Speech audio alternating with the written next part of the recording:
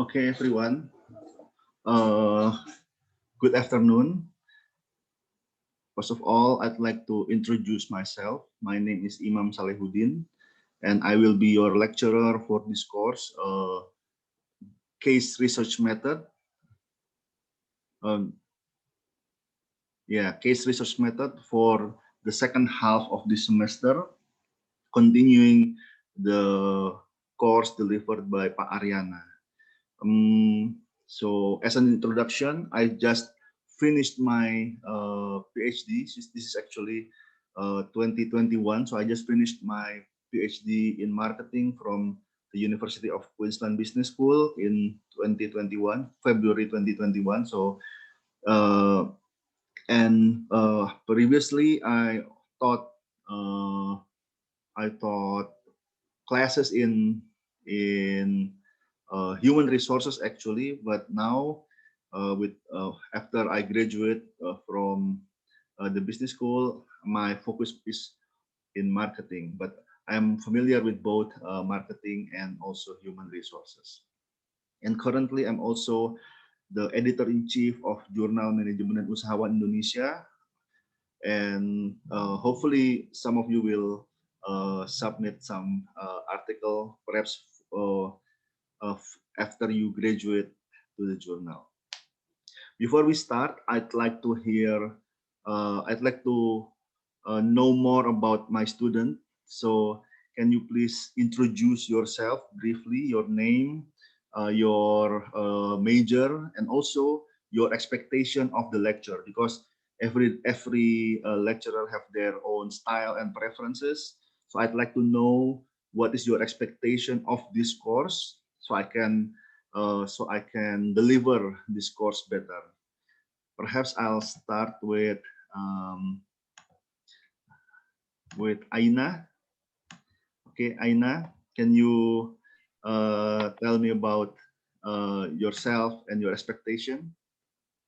Okay, sir. My name is Aina Namira.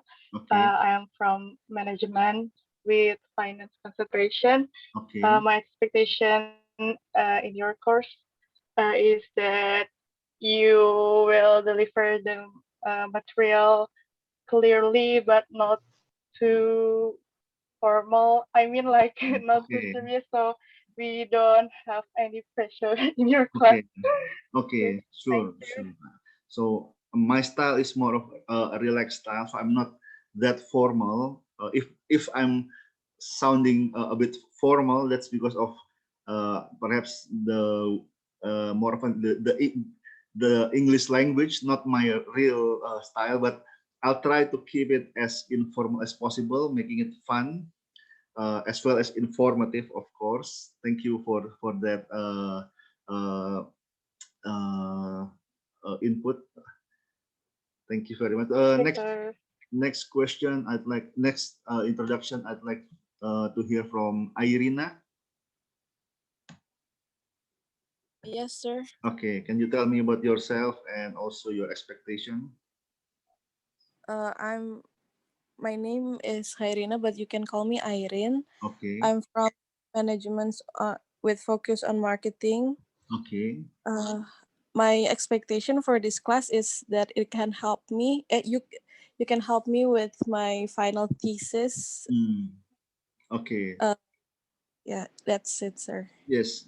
So I've taught this course also last year, and the idea was, I think, for this course is to equip students with qualitative research method, especially for those who are going to take internship or magang as their final project. So if you are planning to do magang for your final project, or if you are planning to do thesis, skripsi with using qualitative research, then yes, this will absolutely prepare you for that project. But the whole session, the whole course will focus on qualitative. So if your thesis is going to use quantitative method, I'm sorry, this course might not help you much. But however, it's important to note that from my experience, in the real life, in the work life, qualitative research is utilized more than quantitative research. So, for example, you're working in the marketing, right? You're studying marketing, and if you work in marketing research, okay, most likely you are going to do qualitative research instead of quantitative. So, and matter of fact, one of the method that I will deliver today, focus group discussion, originate from marketing research, and that's why it's very commonly used by marketers. But that's hopefully it will help you for your thesis as well as after you graduate. Okay, Okay, sir. Asila Diandra, can you tell me about yourself and also your expectation? Yeah, so my name is Ashila. You can call me Ashila. I'm also from management, majoring in finance. Okay. So my expectation from this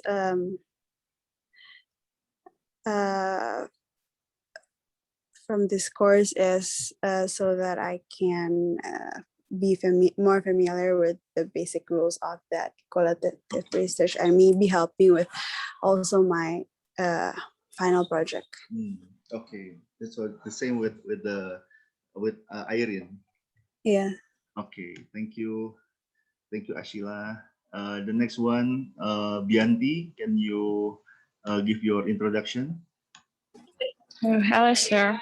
Hello. My name is Bianti. I'm from management class, and my expectation is well, probably so I can get knowledge. So I got the idea how to make a qualitative research, and Okay. maybe later help with my tests. Okay. So what concentration are you in? I'm from the international class, so. Oh, I see, international class. So okay, I understand. Okay, so this is a mixed class between regular and international class. I didn't know that. Okay, thank you for telling me.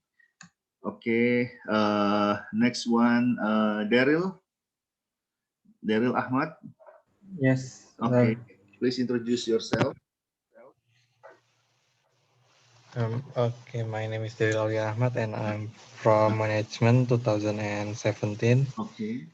And my expectation also, yeah, so I can maybe have knowledge and have study something for making any qualitative research that may help me in my thesis and research.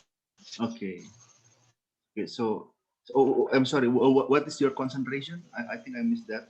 Hello. Your concentration? Excuse me, what do you mean by concentration? What is your major? Management.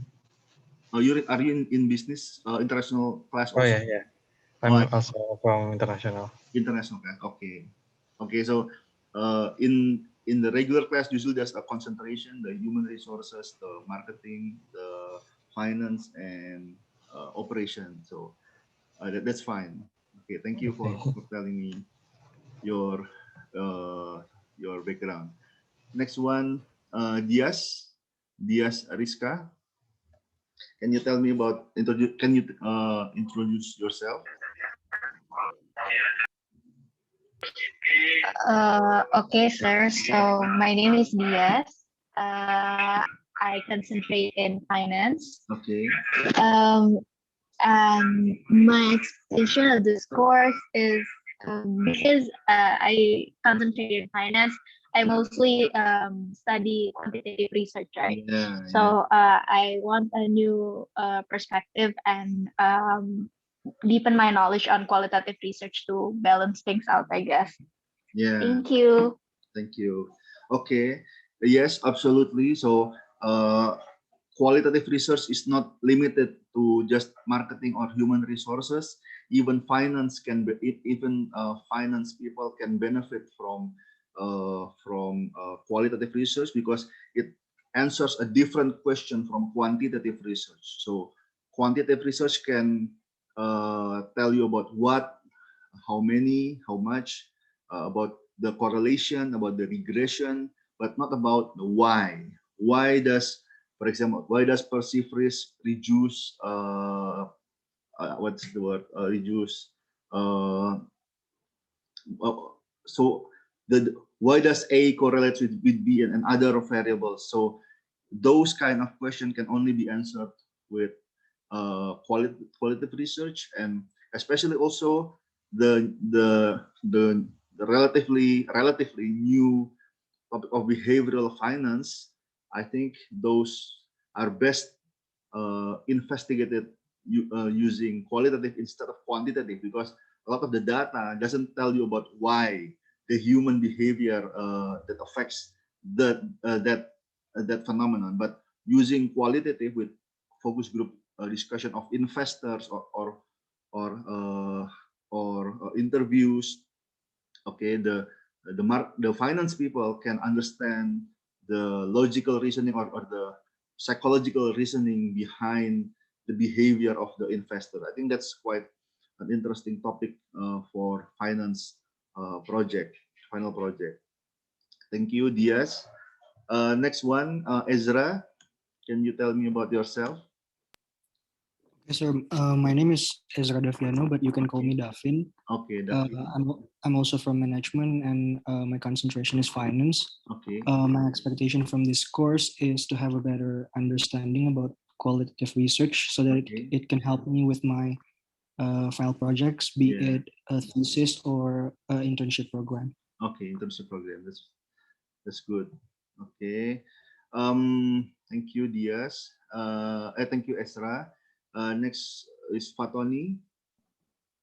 Hello, my name is Fatoni. I'm from management, and my expectation from this course is I can make a good qualitative research after taking this lesson. Okay. Thank you. Thank you. What concentration are you from?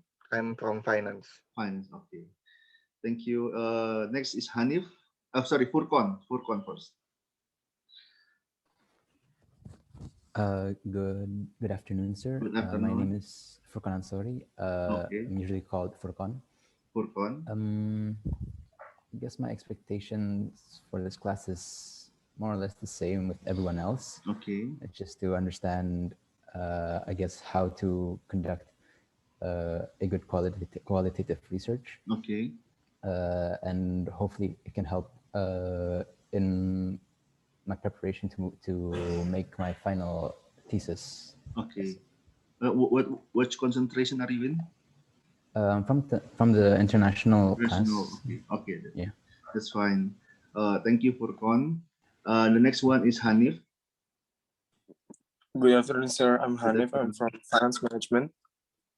My expectations throughout this class, I think, is that we can receive guidance in making the research proposal so that we can actually produce a good qualitative research. Okay. So are you planning on using qualitative for your final project? To be honest, I haven't decided, sir, but yeah. Okay. I haven't decided. No, which concentration are you from? Finance, sir. Excuse me? Finance. Finance, okay. Yeah. Okay, thank you, Hanif. Next one, Kayla. Hi, good afternoon, sir. My name is Kayla Salsabila, and I'm usually called Kyla. I'm from the marketing concentration, and my expectations from this course is I hope to understand about what you said was pretty interesting about marketing research. Yeah. Okay. Yeah. And also, I would like to have a better understanding about case study research or qualitative research itself, but in a more practical approach, because I don't want to only know the theories, but I want to know how I actually can write it. But yeah, that's my explanation. Okay, thank you. Hopefully we'll do not just the theoretical, but also the practical aspect of qualitative research. Thank you, Kayla. The next one is Khadijah. Okay, hello, sir. My name is Khadijah. Nandini. I am a management student, majoring in marketing concentration. My expectation for this class is that I can learn many new insights and also perspectives from qualitative study, because in marketing concentration, we have many assignments using qualitative method, even though it's not as complicated as what we learn in this class, but I hope it can help me for that assignments. Okay, hopefully this will help you with your assignment, qualitative assignment. Okay, next one, Martin, can you introduce yourself? Okay, good afternoon, sir. My Good name is afternoon. Martin Tumbal. I'm from management with marketing concentration. Okay. My expectation is, I think it's the same as the other, that I hope this course will help me in my future thesis. Okay. As well as the final project and my assignment, I guess. Okay. Okay. Thank you, Martin. Next one, Muhammad. Muhammad Alvin. Okay. Good afternoon, sir. My name is Alvin. Yeah. I am human resource management student. Okay, human resource. Yeah, this class is interesting for me because we are really doing a qualitative research, and I expect a huge insight from you based on your background. Okay. Okay. Hopefully we'll do something about that. So human resources also use a lot of qualitative research, either in the final project or after you graduate in your work. If you're doing human resources, most likely you'll have to do interview or something like that. So it's a useful skill for you for your work. Just to say that you have the skill to do qualitative research will improve your, I think will improve your worth for employment. Okay. Next one is Putih. Yes, sir. Hello, sir. I'm Putih Larisha, majoring in management, concentration in finance. Okay. My expectation in this class is I hope I can get a new perspective and knowledge from qualitative research. Okay, thank you. Sorry, which concentration are you from? Finance, sir. Finance. Okay. Okay. Thank you, Putih. Last but not least, Tirisa. Hello, sir. My name is Teresa Risavanti, or you call me Tere. I'm from management, majoring in finance. Okay. My expectation about this course that I can get new knowledge about qualitative research, so I can conduct qualitative research in a right way. Thank you, sir. Thank you. So a lot of finance people in this class. That's I think that's interesting, because usually I think previously there's more from the marketing and the HR people, but that's fine. I'll try to make the example to be as general as possible, so people from the marketing, HR, and also finance can understand the examples. And hopefully the content of this course will be useful, whatever your concentration is. Okay. Today we are going to talk about two topics actually. The first one is about ethics, and the second one is about a focus group discussion. So both are important, but the first one is important across the board. So whatever tools you use, whatever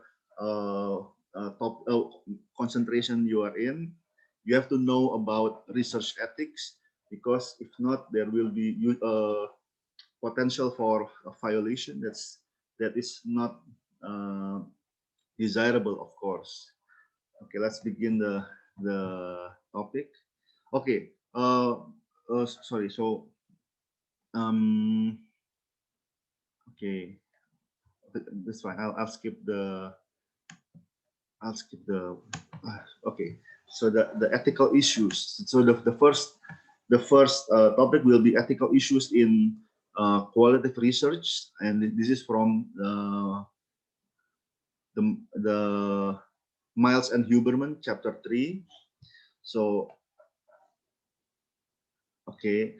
So in doing research, we have to follow a set of norms or standard of behavior that guides our moral choice. So basically, there's a set of rules that guides what we could or what we should or should not do when we are doing research. And this guiding principle, the overlying principle above other guidelines, is to do no harm, either intentionally or otherwise. So whatever research you do, whether you're doing qualitative or quantitative, whether you're doing interview, focus group, experiment, and other method of research, you should not do harm to your subject or to your to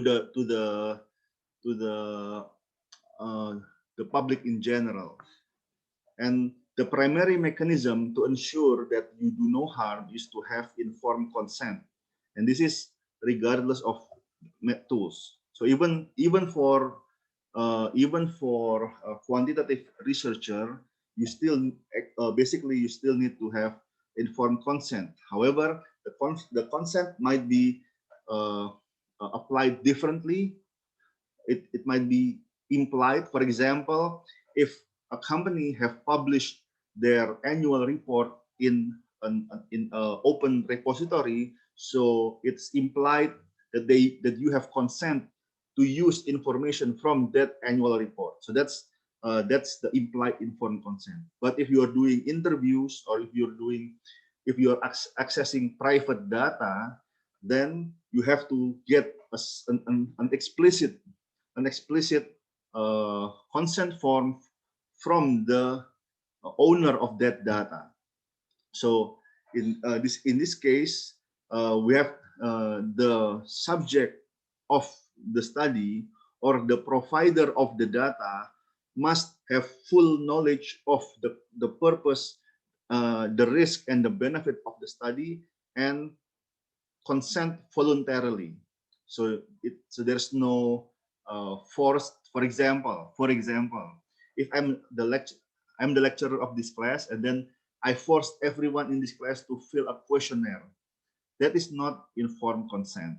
Even though you might sign a statement or something, but by using my position as a lecturer to force my student to participate in an event, it involuntarily, and that is an ethical violation.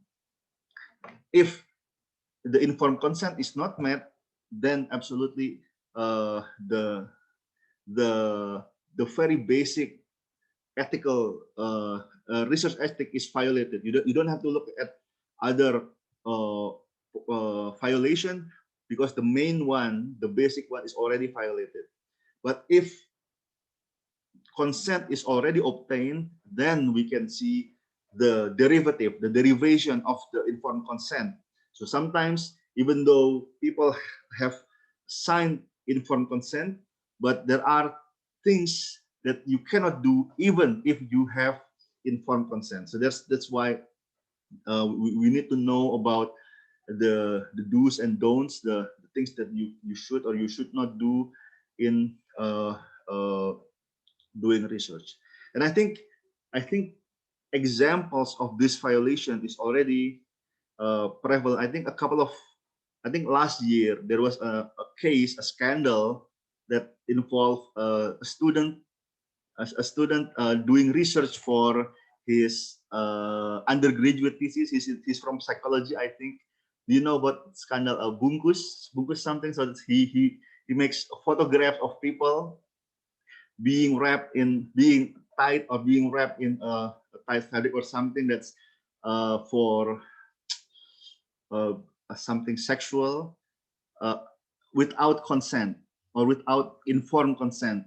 That creates a scandal that ruins the trust of people, not only for the researcher and the institution, but even for research in general. So that is the danger of not following the research ethic. So before we conduct our research, our proposal should be reviewed by expert to check whether there's a potential of risk toward the subject of our research. Okay, so this is the example of informed consent.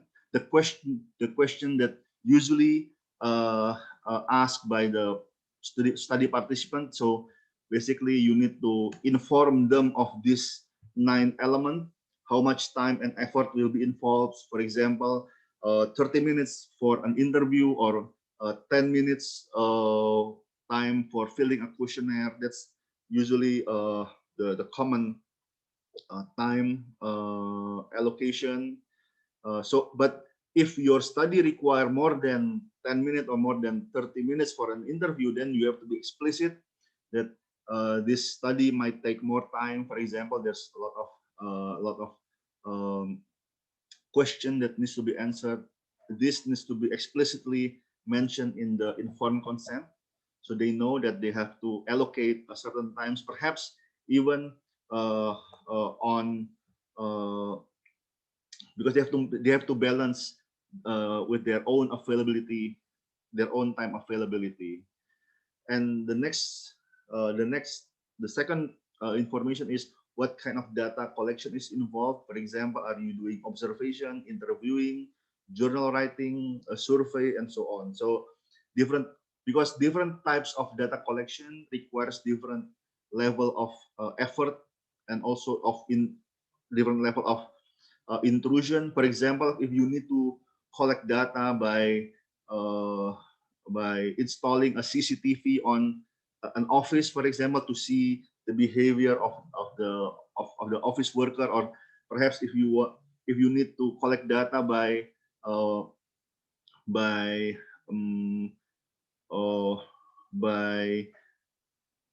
web scraping the content of a website, okay, you have to ask permission from the owner of the website, actually. So there's actually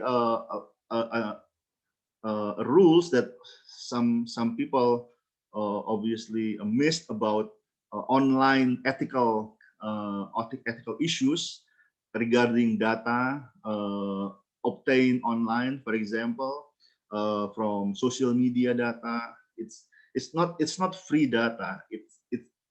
Those data have owners, either the social media platform or the users themselves. So if you collect data from the users, especially if they are your friends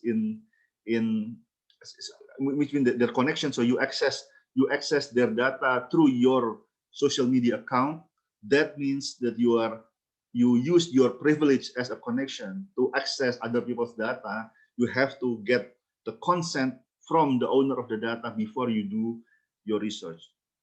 In finance, I think if you are accessing publicly available data that's already available in the IDX, for example, or other databases, then you can imply consent, or you can obtain consent from the database owner. But if you are using private data from companies, from private companies, then you have to get the consent from the person in charge in that company. So you cannot simply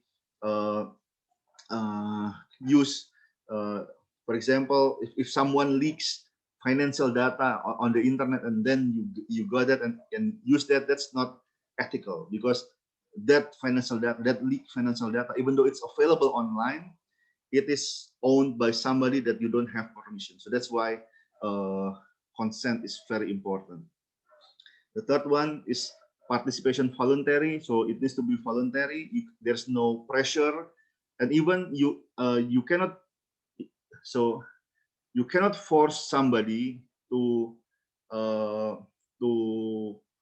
finish a study. For example, if you are interviewing somebody, and in the middle of the interview he requested to withdraw from the interview, then ethically we cannot refuse. Ethically, we must delete whatever data we collected from that participant. because if we retain that means we are using his data without consent. And the fourth one is that clear information of who will design and steer the study. So even with quantitative data, quantitative method like survey, usually in the call for participant, there should be clear person in charge. For example, the student and his or her supervisor must be listed in the call for proposal, call for respondents. So, there should be a clear information of who is doing the study and who is going to supervise the study. And this is important because if there's something wrong with the study, the victim, the participant that is the a victim of something wrong, for example, can complain or can contact the person in charge. And then the fifth one, will material from participant be treated confidentially? So the confidentiality is very important here. I think one issue that's gaining traction is about privacy. So people are growing more aware of their privacy and of how their data can be misused by researcher or by other people. So that confidentiality is very important. People don't want to find out that their private info is being shared in the internet based from a survey they did like 10 years ago or something. So the researcher must maintain confidentiality, and if not, if they cannot guarantee confidentiality, they have to erase the data so that to prevent leaks from harming the owner of the data. The sixth one will be participants' anonymity be maintained? And this is especially important for sensitive issue. For example, if you are doing research on fraud, on misbehavior, for example, and you want to do interviews, okay, you have to make sure that the participants' anonymity will be maintained. If not, they will either refuse participation, or if they do participate, they will not tell you the truth. They will fake their responses because they know that their response are not anonymous, so that their managers might know about the content of the interview, or can retaliate. For example, if you want to if in the interview the participant tells something that's actually embarrassing for the manager, for example, then the manager can retaliate to the participant. Those kind of things can be avoided by having anonymity. But anonymity is not as simple as blanking out the name, because sometimes identity can be derived other than the name, for example, from the content or from the metadata of the interview, or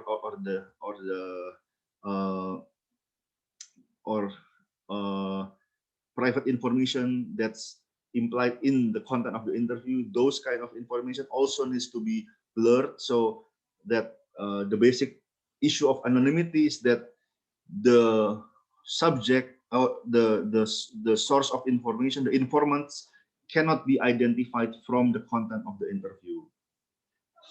And the seventh one is who will produce descriptive and explanatory products. So this is about the analysis. Who is going to do the analysis? Usually the researcher do both the data collection and analysis, but in some cases, sometimes it's possible that the people responsible for data collection is not the same from the people who are doing the data analysis. That is fine, but it needs to be clearly stated that who is going to do the data analysis and who is going to do the data collection in the statement of informed consent. The eighth one is that is there any chance for the participant to review and critique interim and final product? So, for example, if you interview a manager, and then you make like a interim report from that interview. Can the subject, the participant, review the content before the report goes live? This is important because sometimes the interviewee doesn't want something that doesn't want, if the participant accidentally said something that is damaging for his career or his well-being, then by giving him the chance to review the product, the report, on one hand we can mitigate the harm. On the other hand, it might also make the report very bland. So that's an ethical issue. Should we, but having a bland report but not harming anyone is better, because the main principle of the ethical issue is to not harm anyone. Okay, so but this is very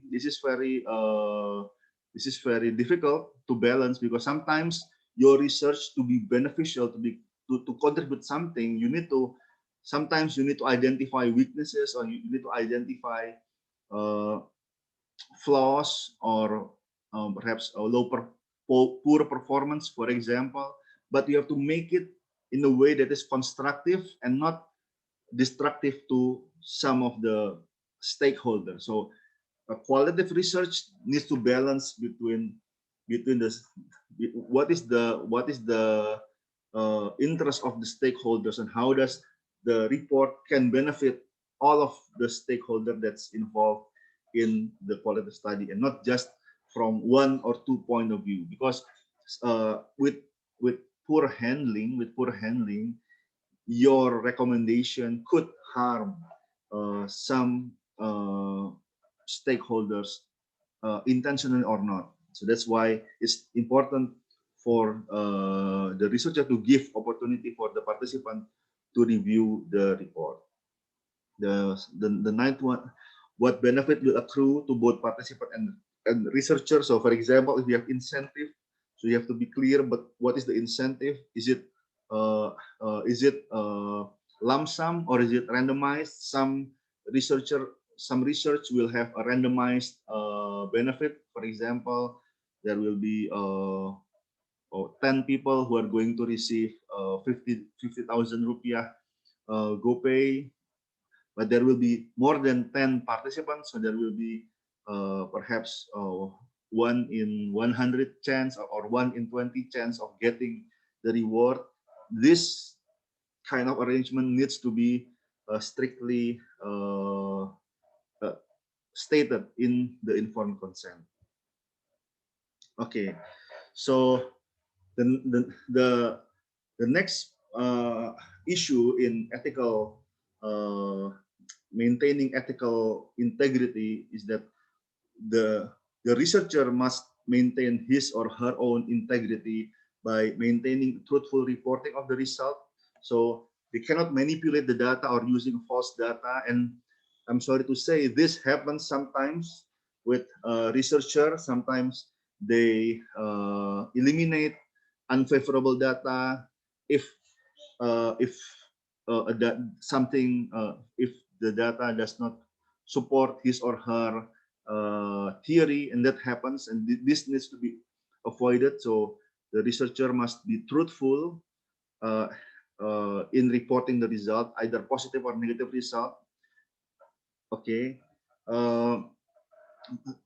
and the interesting part is that we have to be truthful, but we cannot harm the subject. So that's the tricky part, balancing how truthful are we going to report, but without harming the participant. In this case, the best way is to omit. Rather than falsifying result, it's better to just omit the result that might be harmful and just state the result that's not harmful to the participant. Okay. And provide full disclosure of conflict of interest. In this case, if your research is being sponsored by an interest group, for example, if you're if you are doing a research on the impact of cigarette use, and your study is being sponsored by a tobacco company, for example, that's a major conflict of interest. You have to disclose that in your report, that your study is being funded by a tobacco company. But that's very rare. I think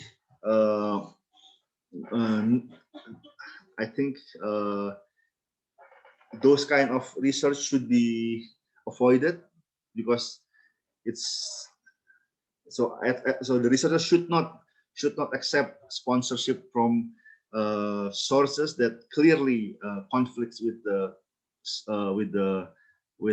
purpose of the study. And the third one is to maintain originality and complete attribution. In this case, no plagiarism. And also for all of you, not just for qualitative researcher, you need to make sure that your referencing is correct. So it's possible for you to unknowingly do plagiarism by not reporting the attribution, not attributing the reference. So for example, if you quote something from a journal article, but you forgot to put the referencing, you forgot to state that you got this statement as a quote from a different journal, from a different source, then you are doing a plagiarism, although that's unintentional. So this is an important part for academics. So you can get your degree revoked if you're caught to do plagiarism. So please be careful of not doing any plagiarism in your final project, and also in your assignment and other works. No plagiarism. Okay, the fourth one, and this is the gist of the main one: do no harm. You need to prioritize the safety of human and animal subject from both physical and mental harm. So in the do no harm principle apply to not just human but also animals. So you shouldn't use invasive or harmful treatment to animals. Okay, that something that gives them harm. In medical situation, it's unavoidable that the researcher needs to use animal subject, and even perhaps that ends in harmful situation where they die or they feel pain. Okay, that is unavoidable, but the principle is, if you do no harm, but if you have to do something harmful, you need to make it to minimize it, to make it worthy of that. So if you need to do experiment that might kill the animal subject, you have to make sure that there will be at least the least pain occurred. So you cannot torture the animal, and you need to maximize. So you need to minimize the amount of animal subject for the experiment. If you can get the same result with 30 mice, don't use 60 mice if you can get the same result. So you have to minimize the number of animals being harmed if you really need to do it, to use animal subject. And the second one is that the harm is not limited just to physical harm, but also mental harm. And this apply to us, to social science researcher, because sometimes our research do mental harm. Perhaps something is traumatic. If, for example, if you study sexual abuse, if you study about bullying, if you study about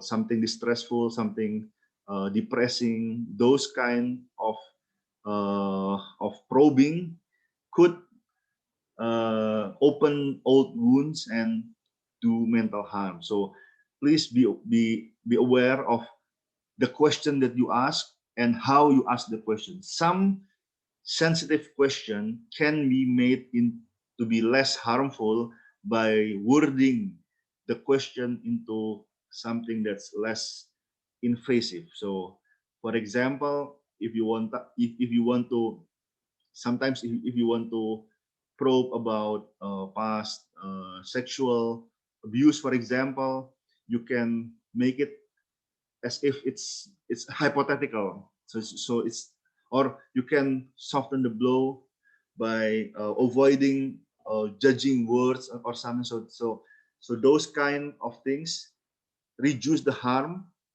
to the subject and also improves the quality of the response. So by using soft words, using words that's not blunt, okay, you can make the participant easier. You can make it easier for the participant to answer those sensitive questions.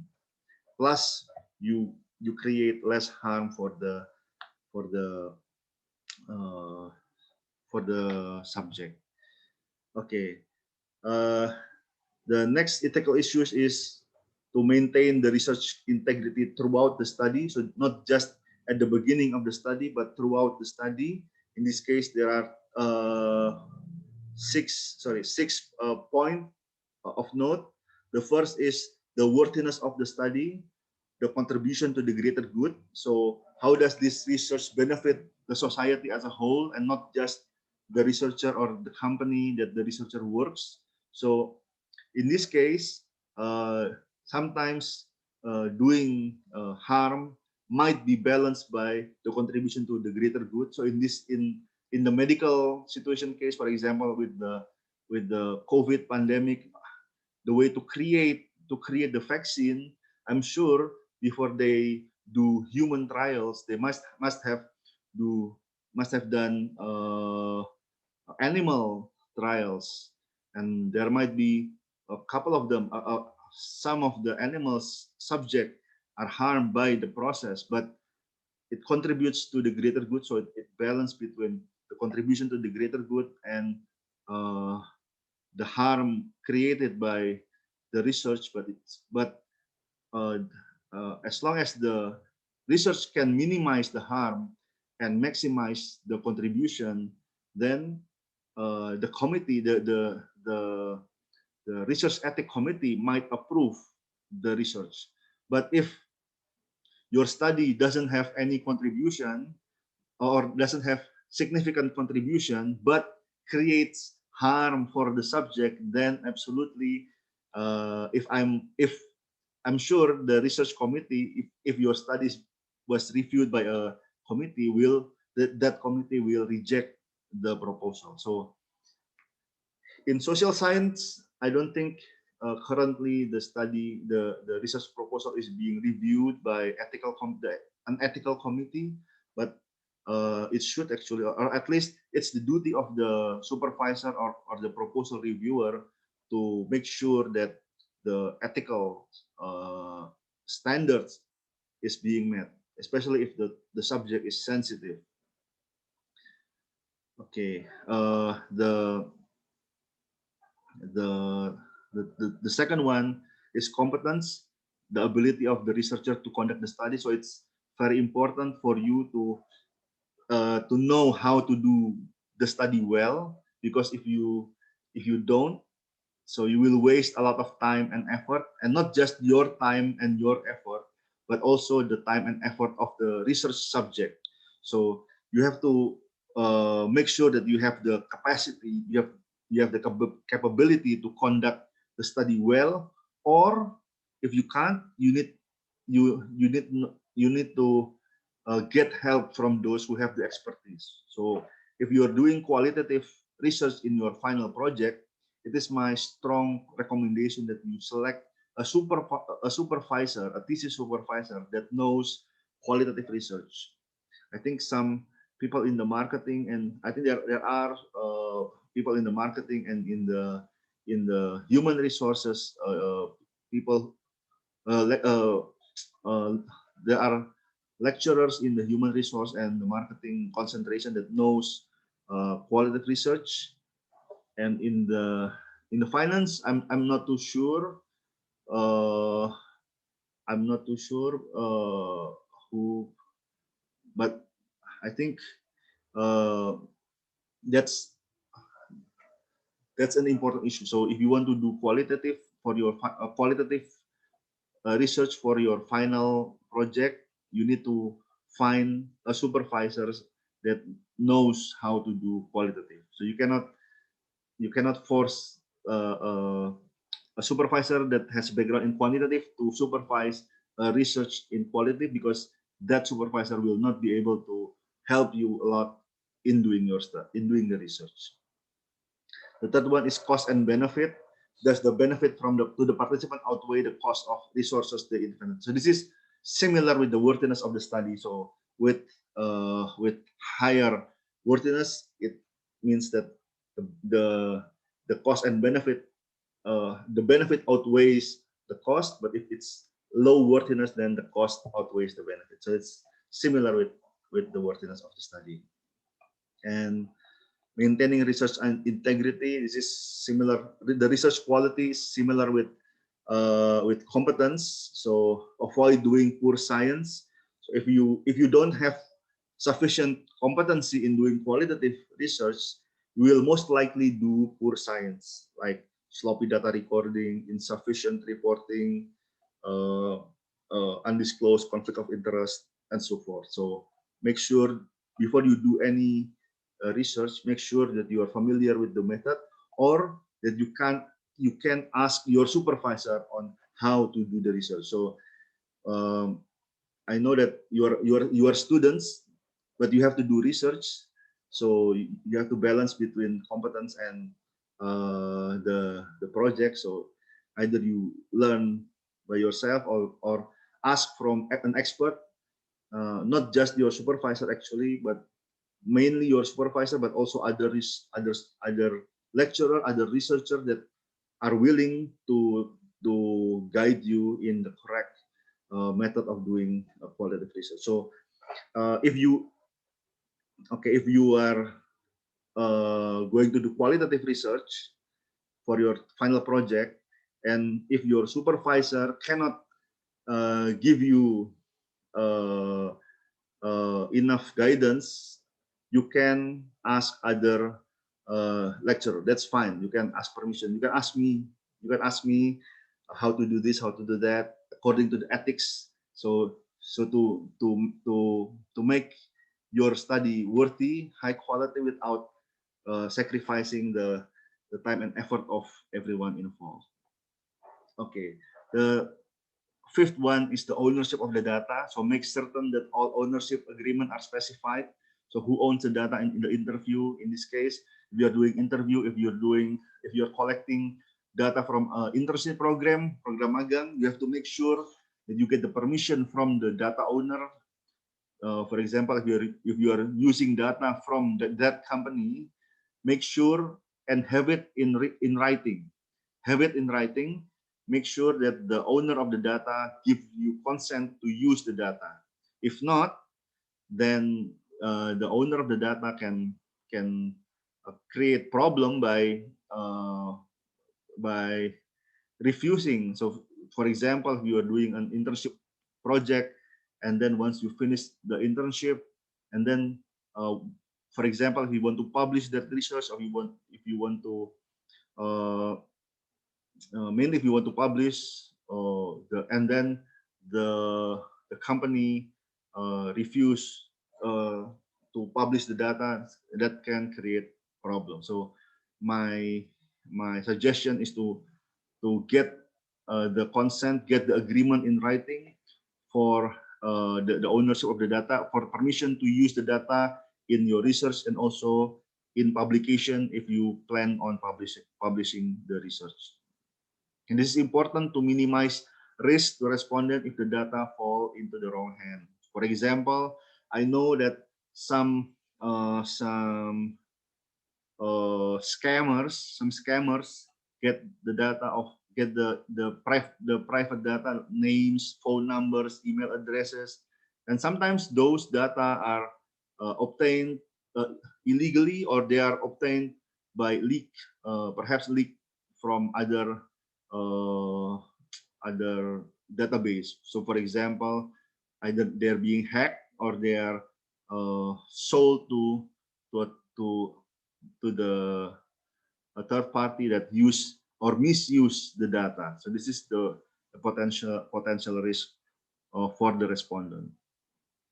Okay, the last but not least is to make sure that the findings are used correctly. So how we use the result of the research is very important.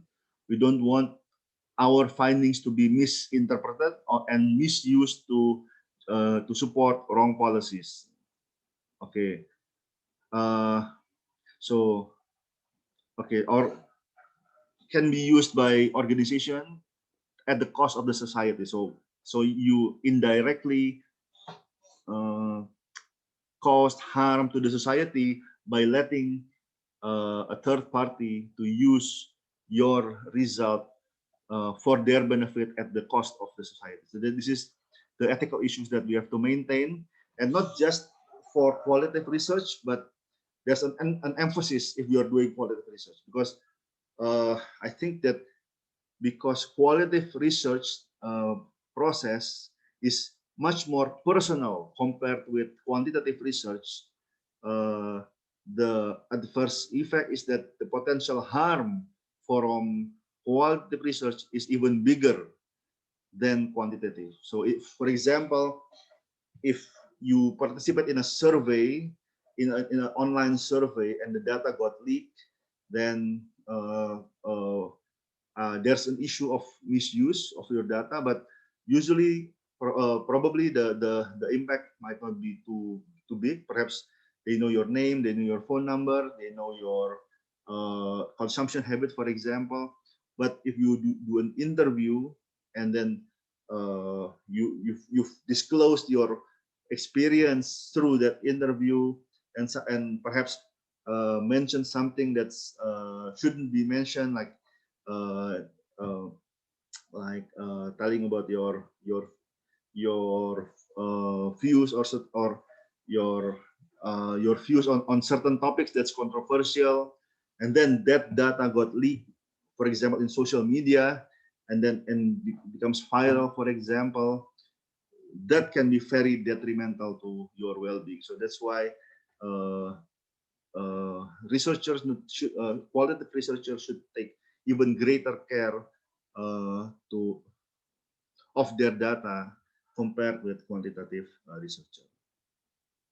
And the next one is the ensuring the safe treatment of research participant, and this is correlated with the main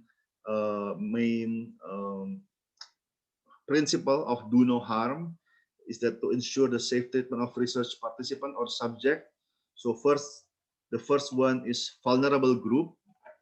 In this case, minors or children and youth below the age of consent, economically disadvantaged people, people with disability, people with mental issues, minorities, and so on. So there are vulnerable groups that qualitative researcher or researcher in general must take very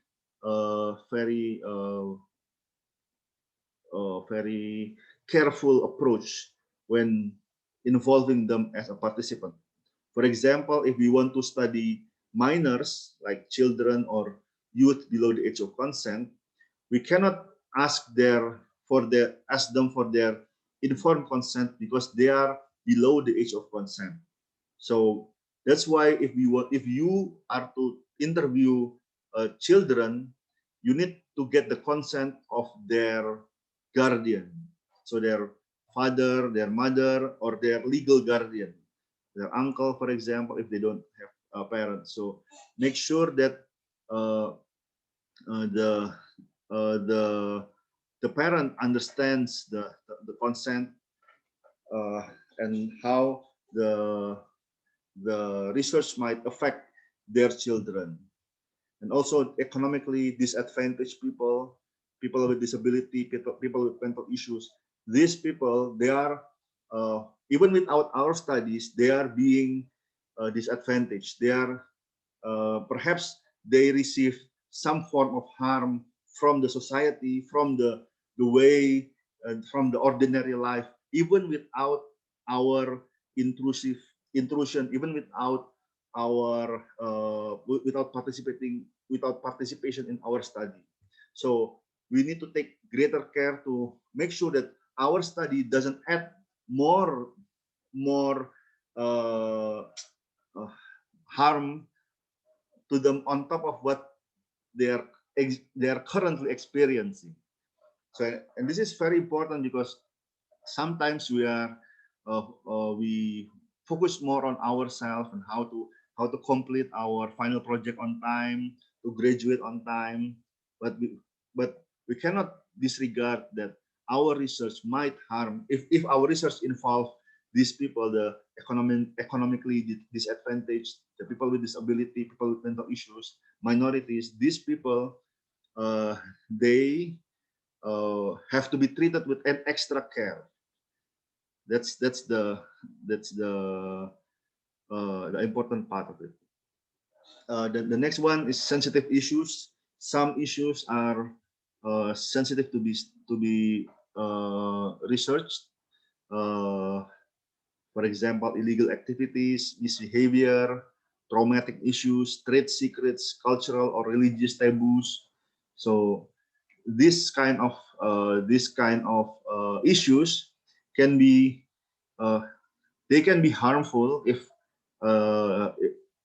asked in the wrong way. So on the other hand, they might also induce the study participant to answer to fake their answer. So this is the difficulty of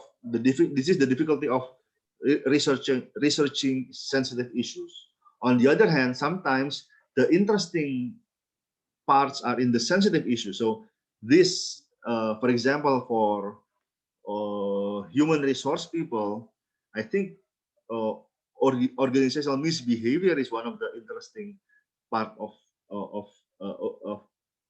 interesting part to study. So it's interesting to study, but it's also sensitive. So you need to take more care in probing, in asking question about sensitive issues such as this, the example, the illegal activities. For example, I think sometimes it can be illegal by law. For example, like substance use, fraud. Those are illegal activities.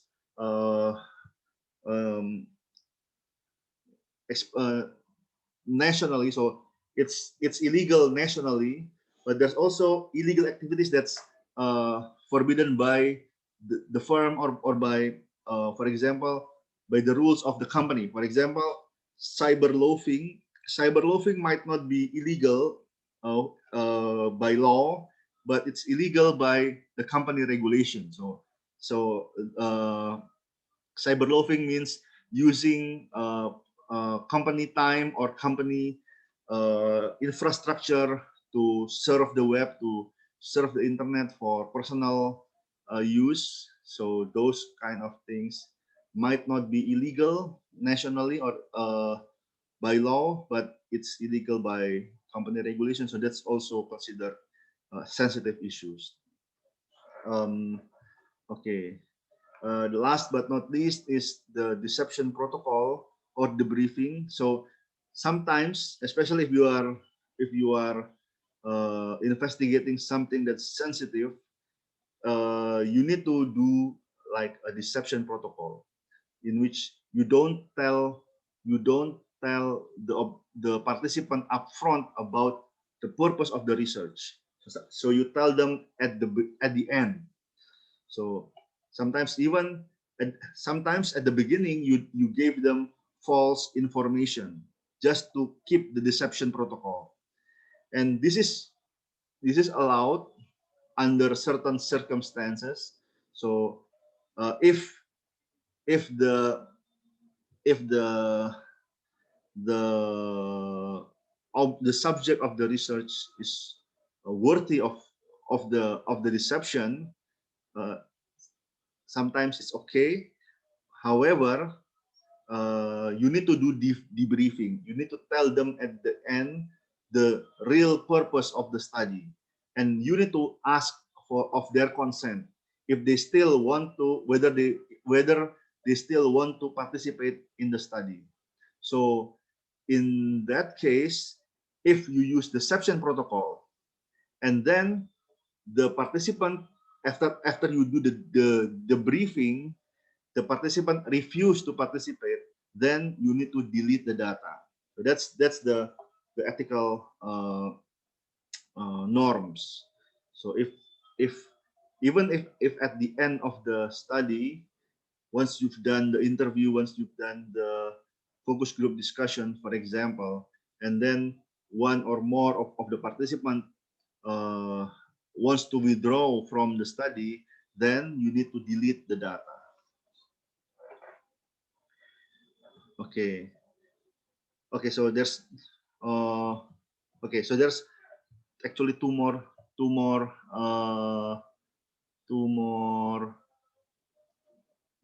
issues, ethical issues. The first one is exclusion, right? So this is the one that I mentioned earlier. So participants maintain the full right to be excluded from the study and have all associated data erased at any given point of time. So they can quit the study at the beginning, in the middle, and at the end, even at the end of the study. Even after the study is concluded, they still have the right to be excluded, and then you need to do a correction. You need to delete. So this is why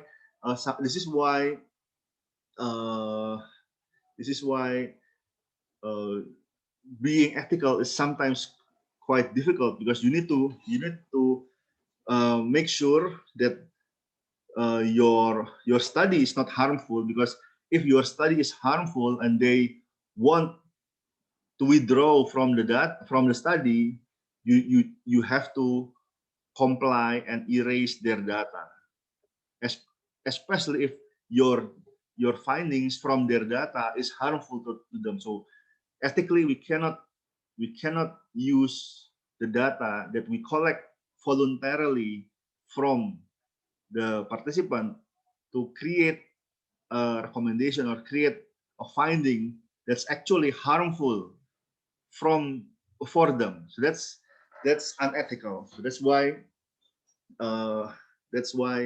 we need to, provide them exclusion right.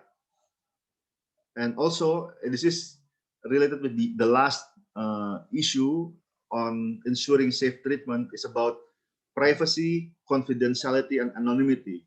And I need to address the differences, and I think this might come up in your, I know, either in quiz or in exam, might be, but I think it's important for you to know the difference between privacy, confidentiality, and anonymity.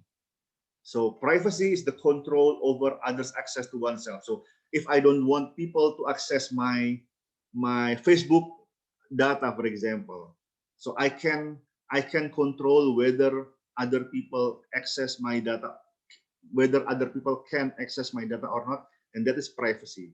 So the subject's control over other people's access to oneself and associated information, or preservation of boundary against giving protected information or receiving unwanted information. So for example, you don't want your email address to be known by scammers or your phone number to be known by scammers that can send you spam email or spam phone call, those are privacy issues. So you need control over the access of yourself and your information.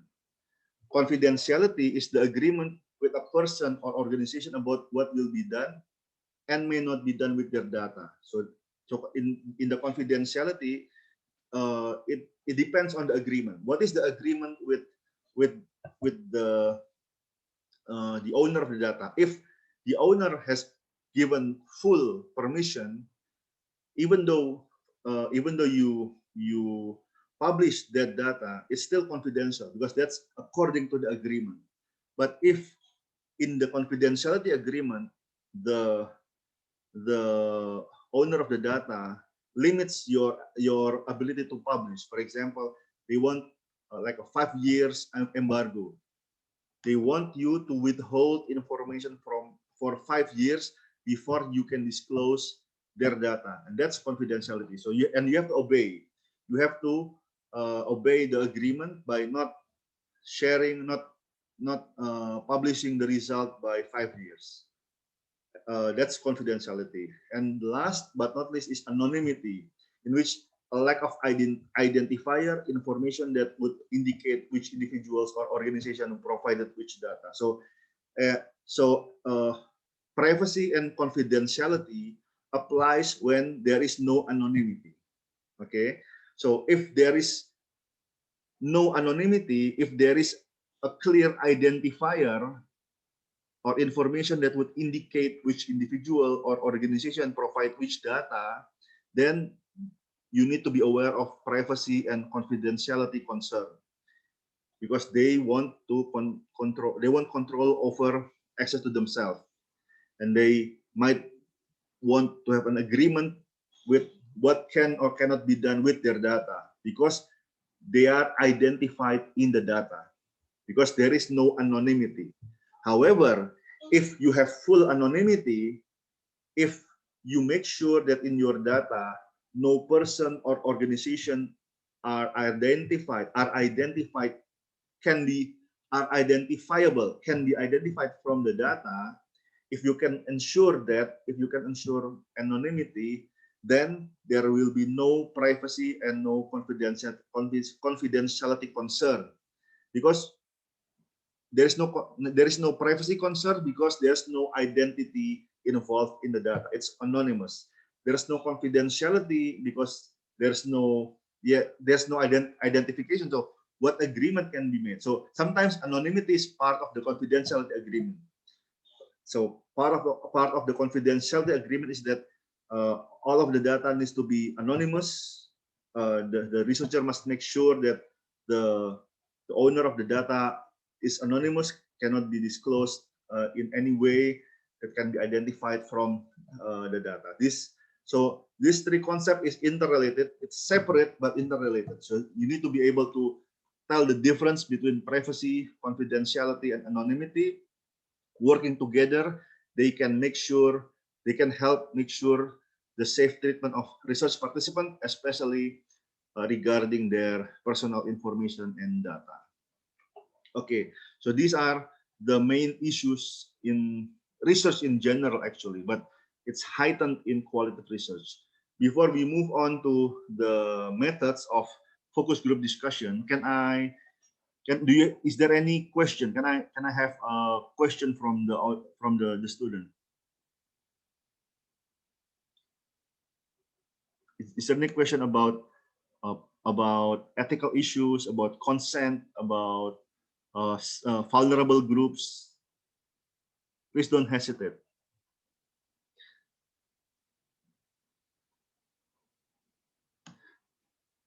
Okay, let me check. If you have question, I forgot to mention. If you have question, feel free to write it down in the chat box. Okay. If during the course you have something you want to ask but you are afraid to interrupt, ask them in the chat box. But if you want to ask, you can interrupt me in the middle of my lecture to ask question. I'm fine with that. So feel free to raise your hand if you have question. I think there's a raise hand function in Zoom, so you can raise hand by yourself. You can raise hand. I will stop my lecture to answer your question. Okay, I think we'll move on to the second part of the lecture, which is focus group discussion. Okay, so okay, so I think before, I think the topic is about interview, right? You've got the lecture on interview, right? Okay, so I will explain about focus group discussion in from the beginning. So what is focus group discussion? It's a qualitative data collection method. So it's strictly qualitative to gather specific in-depth information. So the purpose of the FGD is to gather specific in-depth information through a discussion of a set topic by a small group of people. So the purpose of the focus group discussion is to gather specific in-depth information. So it's similar with in-depth interview. However, the method is through a discussion by of a set of topic by a smaller group of people. So the difference with interview is first and foremost is the number of participants. If in the in-depth interview, it's only one-on-one, usually one-on-one. If it's more than one-on-one, it can still be interview, but as long as the method of asking question is still one-on-one. So there can be a panel interview, panel in-depth interview. That is still part of the interview.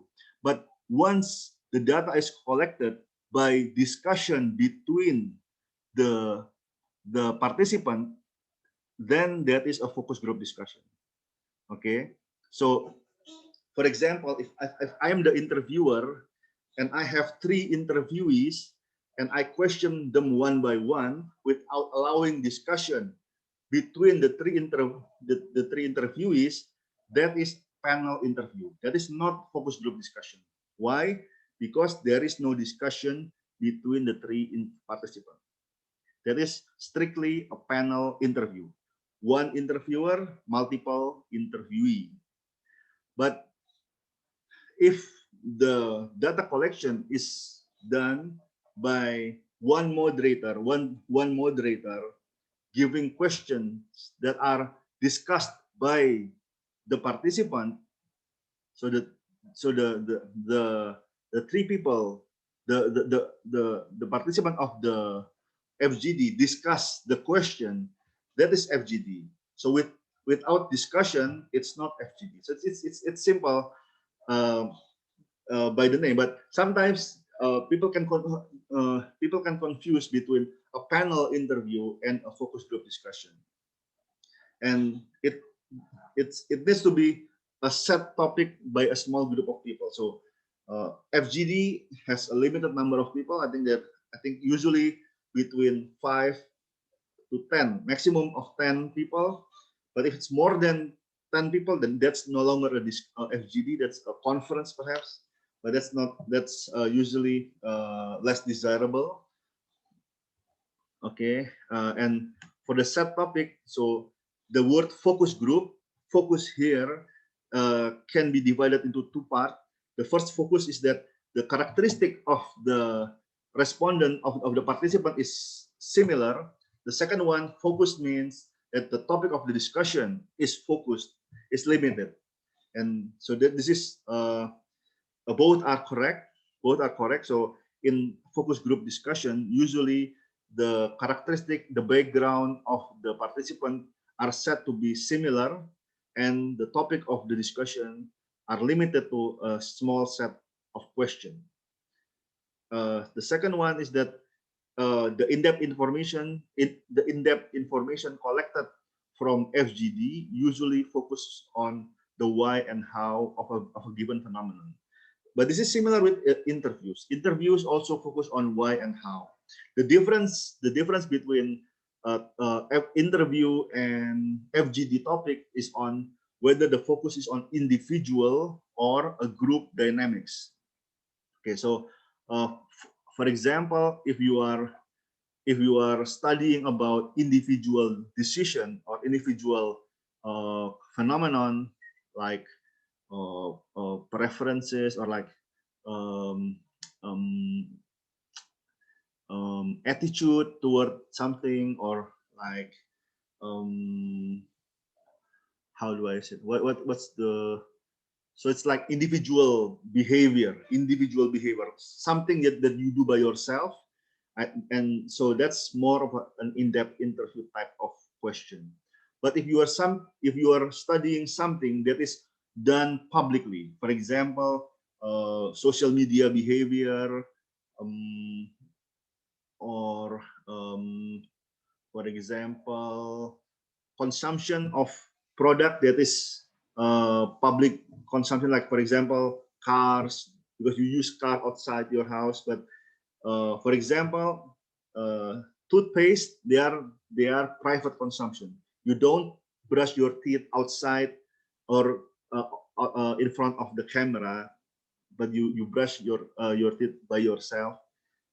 So that's private consumption. Usually, if you are studying private consumption in the marketing, it's preferable for you to use in-depth interview. But if you are studying something that is publicly consumed, like cars, like bags, or handphone. I think phones are sometimes fashion statement.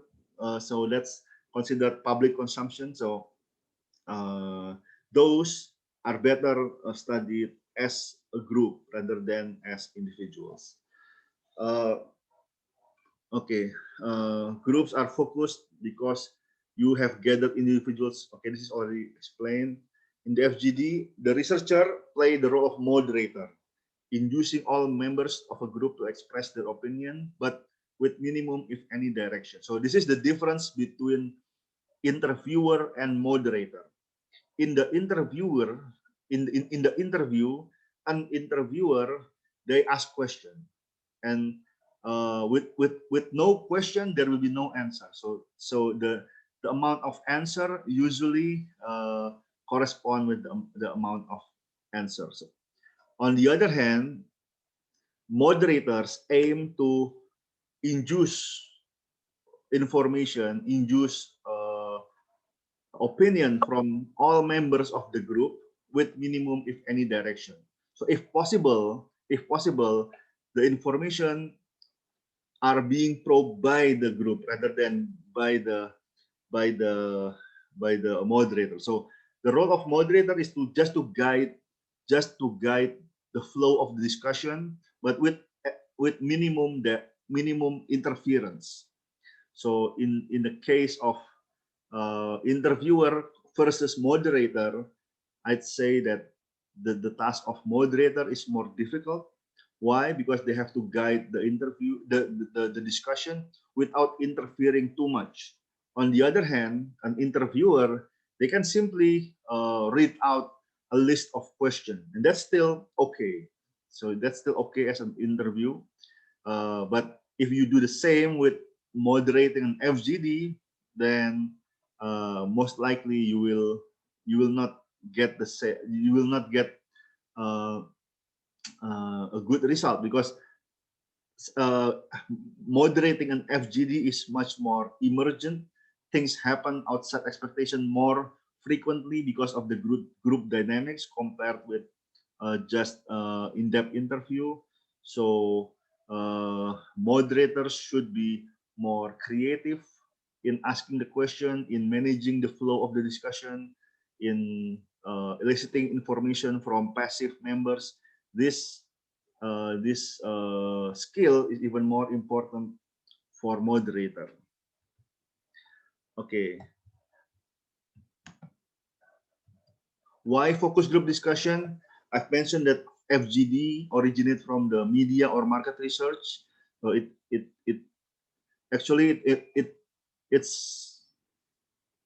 originate from a study of wartime media audience. So the effect of wartime propaganda towards general public. That's the first instance of FGD. So they collected like 10 people at the time, and then ask question about how they perceive the media, the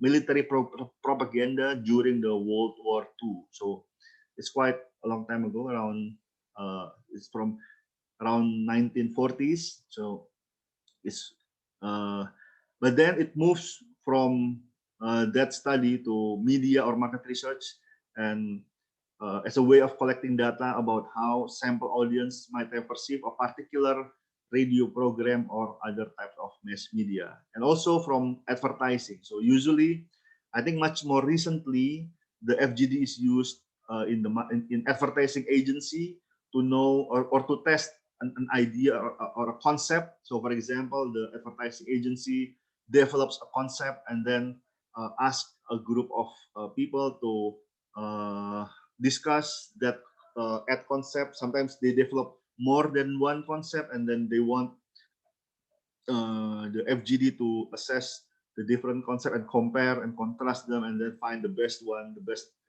best concept for their advertisement.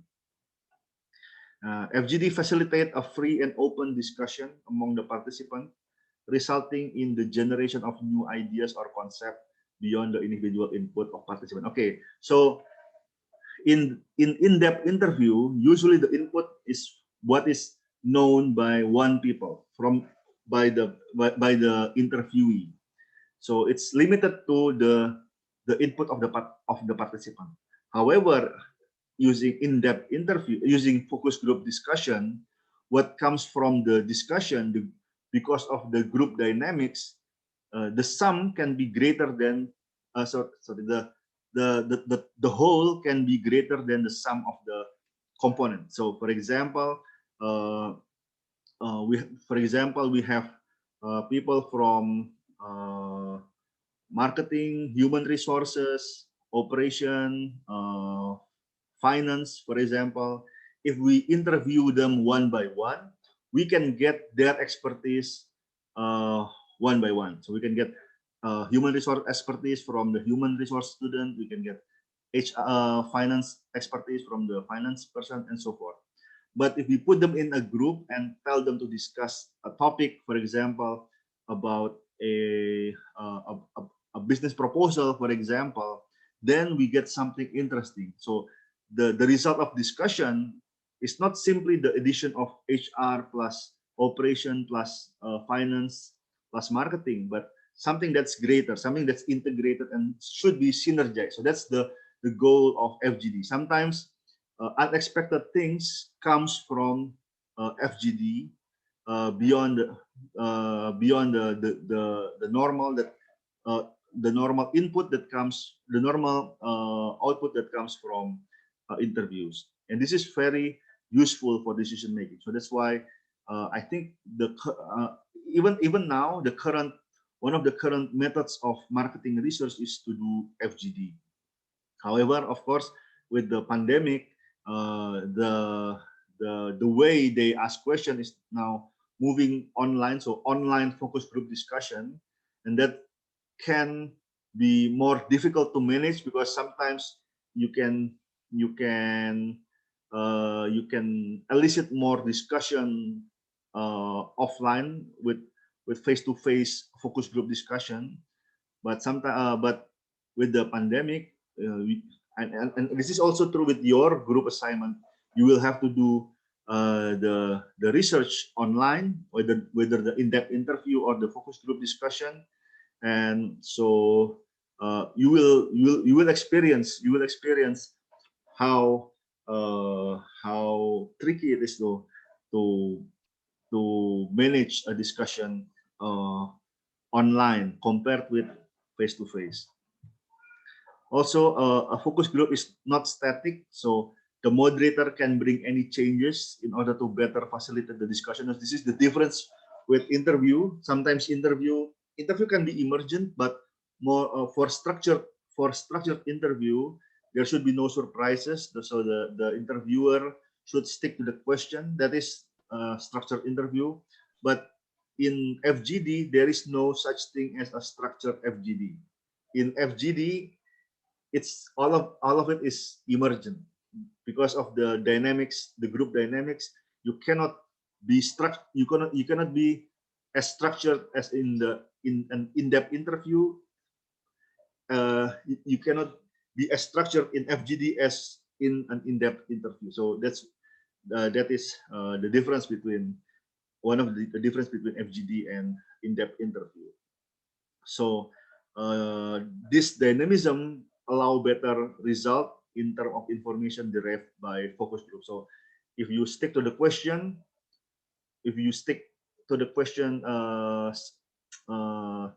and very strictly, okay, you will not get very good information. But you need to go with the flow. You need to direct the flow, but to elicit interesting information, something that's perhaps cannot be obtained just by one-on-one interview, but by facilitating discussion between the participant, you will get something that's unexpected, and that is the goal of qualitative research.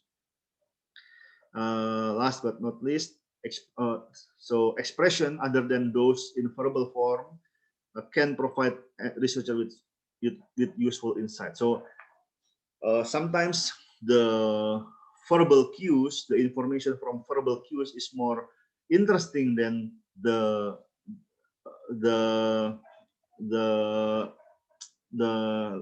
verbal language. So sorry. So sometimes information from non-verbal cues is more informative than the insight from verbal information. So like even the pause of when someone said something, a long pause can inform the researcher about something. Or for example, when someone contribute an opinion while the rest of the FGD pause, it shows something. It can be either they show adherence to the opinion giver. For example, the opinion giver have noticeably higher social status, for example, or they may think that the opinion given by the opinion giver is very controversial or very controversial or disagreeable or unusual. This is all of this is important information that can add to the analysis of the researcher. Why not focus group discussion? So the first one is why focus group discussion, the pros of focus group discussion.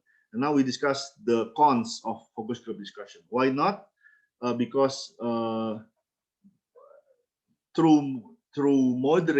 moderator can control the discussion, the extent to which he or she can control depend on his or her experience. Okay, so this is important.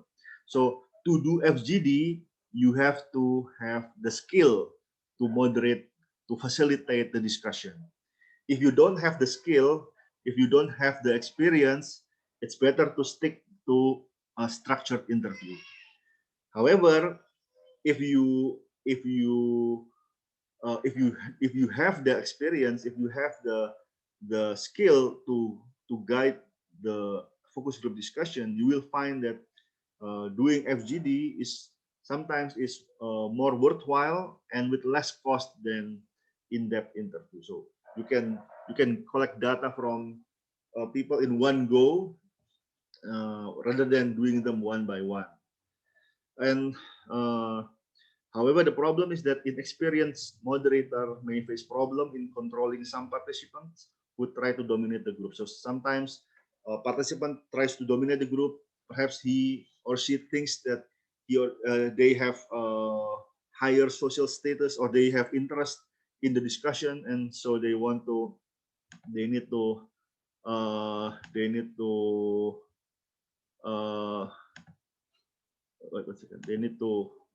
they want to influence the flow of the discussion. So experienced moderator will detect this issue and will try to balance the time. For example, the dominant people will be given less time than the non-dominant people, just to make the discussion more balanced. The second issue is that respondents may be reluctant to share sensitive ideas and concerns publicly. So, okay, so for sensitive issues, it's better to do it using in-depth interview. So if you want to do a study on misbehavior, on fraud, on whistleblowing, on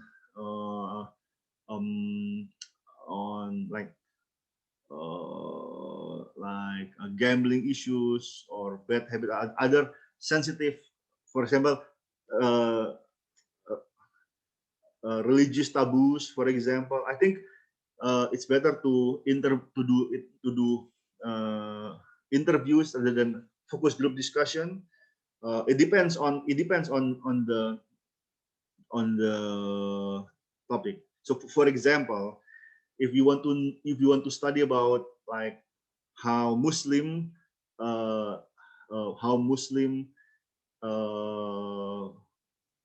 behave about Islamic finance, for example, Islamic finance.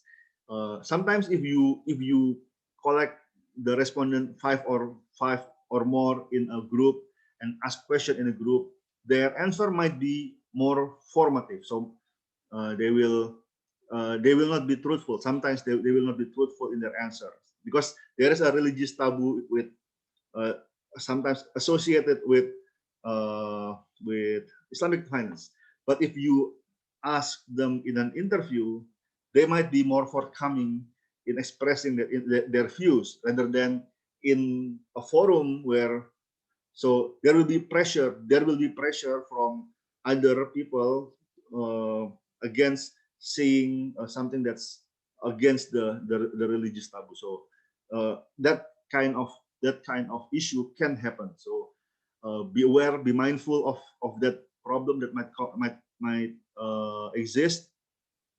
So if you are studying, if you are researching something sensitive and concern publicity, so it's preferable to do in-depth interview rather than focus group discussion. The third one is due to small sample size and heterogeneity of individuals, the finding may not be adequate. So this is general for all qualitative research. So for all qualitative research, usually the sample size is small, at least smaller than quantitative. For interviews, I think the common sample size for interviews is only like 30 or something, even less than 30.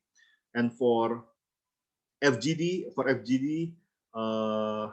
it can be like 6 FGD, around 5 to 10 people. So yeah, roughly around 30 to 60 respondents in total for FGD. So that's not a lot compared to quantitative. Quantitative research can have 300 samples, 1,000 samples.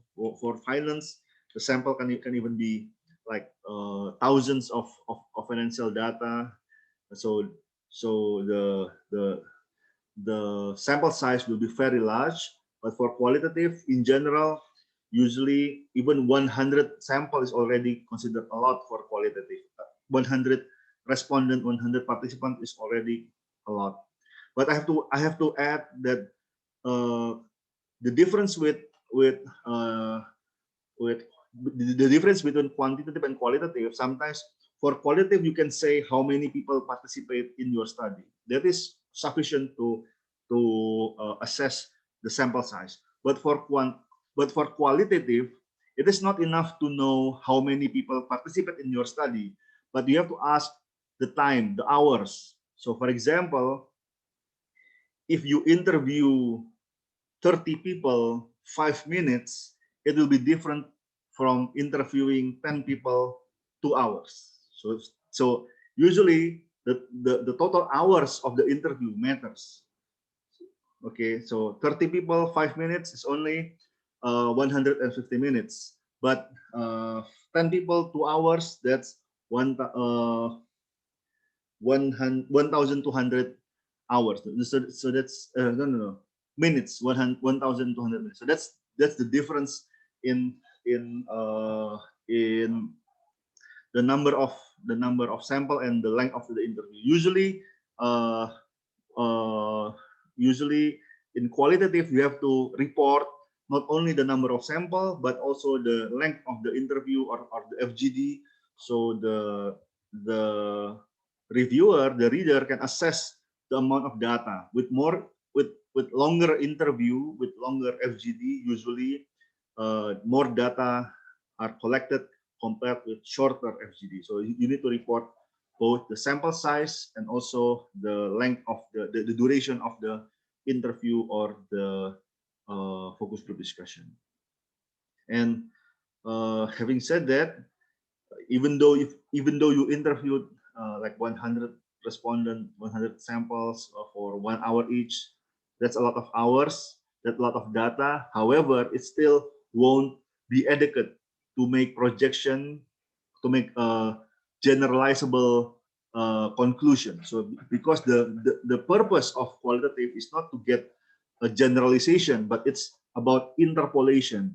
So the difference is that generalization is to infer the population from a subset of sample, but interpolation is about whether the findings from one sample can be applied to a different sample within similar context. So it's not to the general population, but to a different sample with similar context.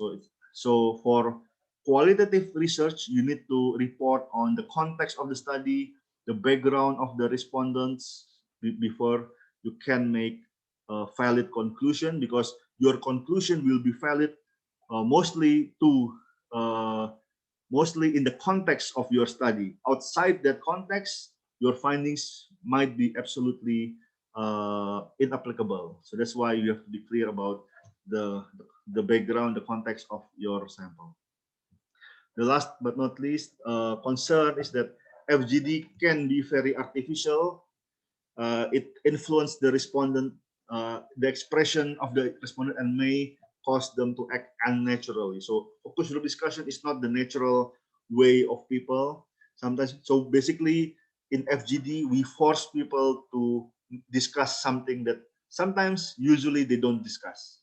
So that's why it's very very artificial compared with other qualitative approach.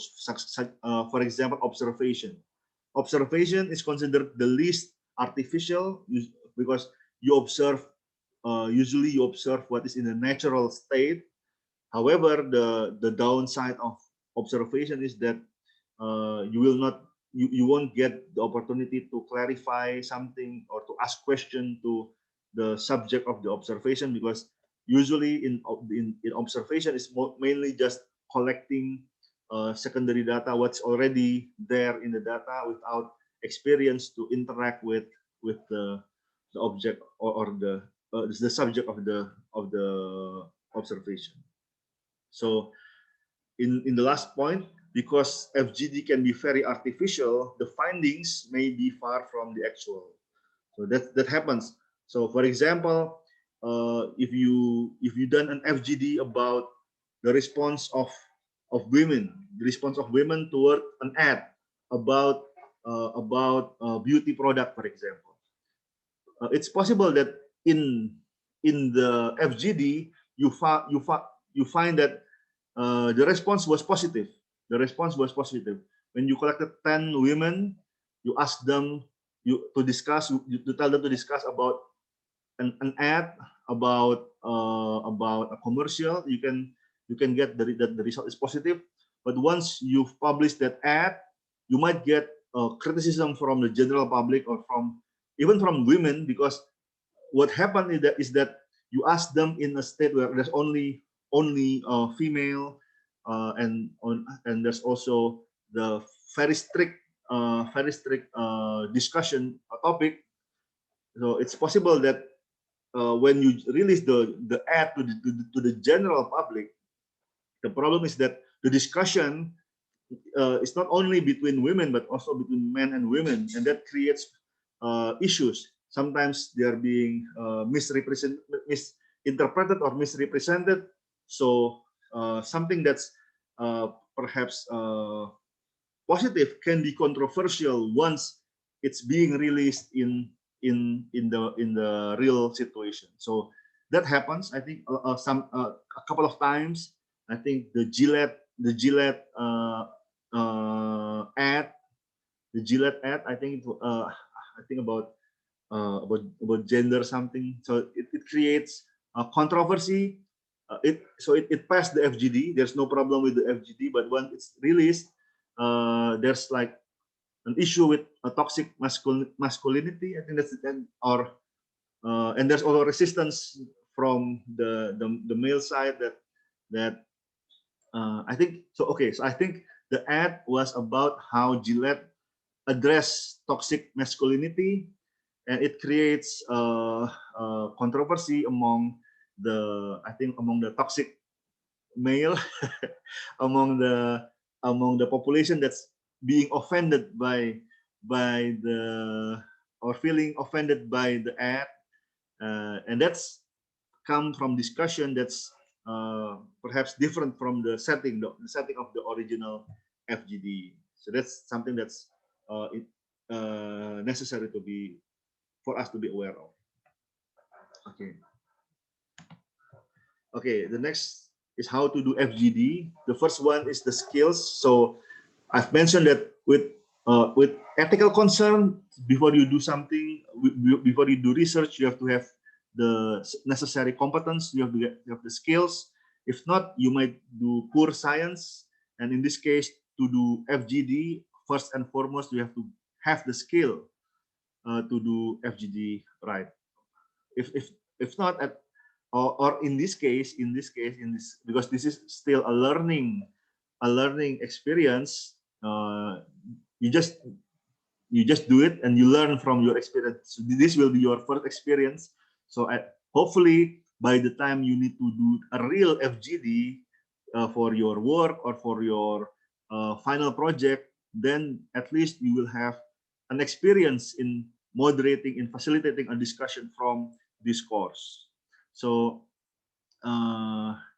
training or experience in conducting FGD is very important, because an unskilled moderator can unknowingly inhibit the free flow of discussion and draw unjustifiable conclusion and findings. So I think so for your final assignment, if you have to make more than one FGD, please switch the roles. So there should be one people who do as moderator in 2 FGD session.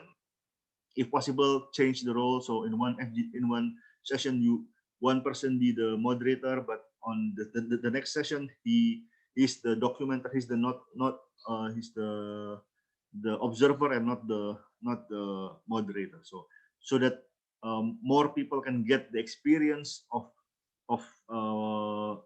facilitating their own FGD. And I'm sure that will be a very precious experience for you, very informative, very important learning experience.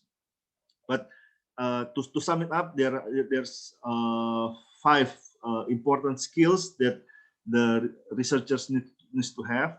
The first is the skill to listen well. So the researcher must be a good listener. Okay, so the researcher doesn't have to have a okay. Okay, I'll skip the explanation for question from Teresa, from Terry. Hello, sir. I want to ask about bias in FGD. Is there any bias in FGD method for collecting data, since every participant can hear about other participants' opinion? Thank you. Yes, of course. That is the bias. That's the bias that sometimes the participants are being influenced by the opinion of the other participants. So that's that is normal. But on one hand, it is the role of the moderator to facilitate the flow of discussion and to prevent one people from dominating the discussion. So the role of the moderator is to identify the dominator, the dominant person, the dominant people, and try to balance the opinion of the non-dominant people with the dominant people. So give more time to the non-dominant people, ask the non-dominant people first. So you deliberately give less time to the dominant people, or put them on the last order. So that's usually the case. Or even better, don't invite people with difference in social status. So for example, if you want to interview employees, do not invite for example 4 employees and 1 boss. That will not work well. Okay, because there will be a status difference between the boss and the employees. If you want to get a good FGD, you will need either 5 bosses or 5 employees. That will be the best kind of FGD. But if you mix between the boss and the employees, I will guarantee you that the employee will simply say yes to the boss's opinion. So that's the problem.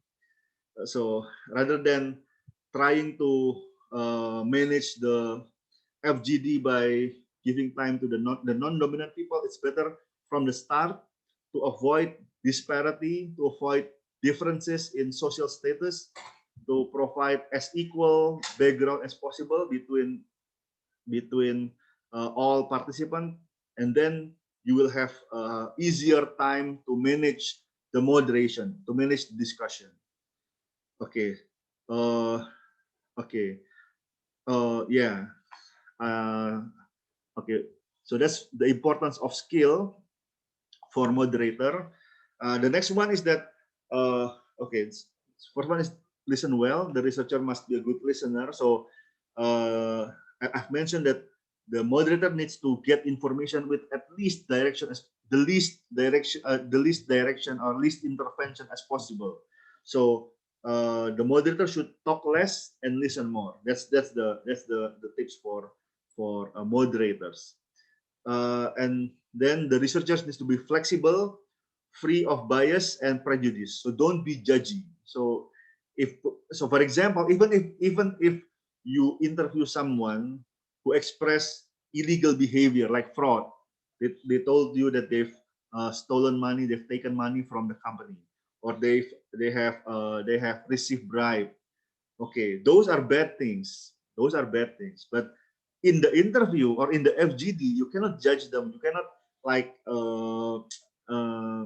say condescending words to them. So that's the tricky part of being a qualitative researcher. So even though you have your own values, your own attitude, but during the interview, you have to free yourself from the prejudice, from the bias. You have to be flexible. You have to understand from the shoes of the participant. Sometimes something that's morally wrong for you can be justifiable by them. Yes. So they might have something that justifies their behavior according to them, even though we know that what they're doing is wrong. For example, they might say that I'm stealing money from the company because the company have been stealing money from me because of poor treatment, because of unpaid overtime or other issues. So they might have something underlying that their behavior that sort of justify their behavior, even though they are not doing something good. So in this case, if we want to get information and we want to get the people to volunteer information about their behavior, positive or negative, positive and negative, we need to be flexible and free of bias. So we even have to maintain our facial expression. So, for example, if we want to ask them about their misbehavior, and then we make how do I say it? It's like ugly expression, like disgust or something in our face. It will absolutely 100% affect the flow of the interview. So don't. You have to maintain our facial expression. We have to maintain our tone. So it's very tricky to interview to guide a discussion, especially if the topic is sensitive. I think it's better. I think it's easier for you to do a non-sensitive issue for your final project. But if you do the positive side, it will be more interesting. But you will have to work harder on doing the data collection to not offend the the the informants. Okay, the third one is a good understanding of the subject, problem, or the topic to be investigated. So you cannot come, the moderator cannot come to the discussion empty-headed. No, you need to come to the discussion open-minded, but not empty-headed. So that's a misconception.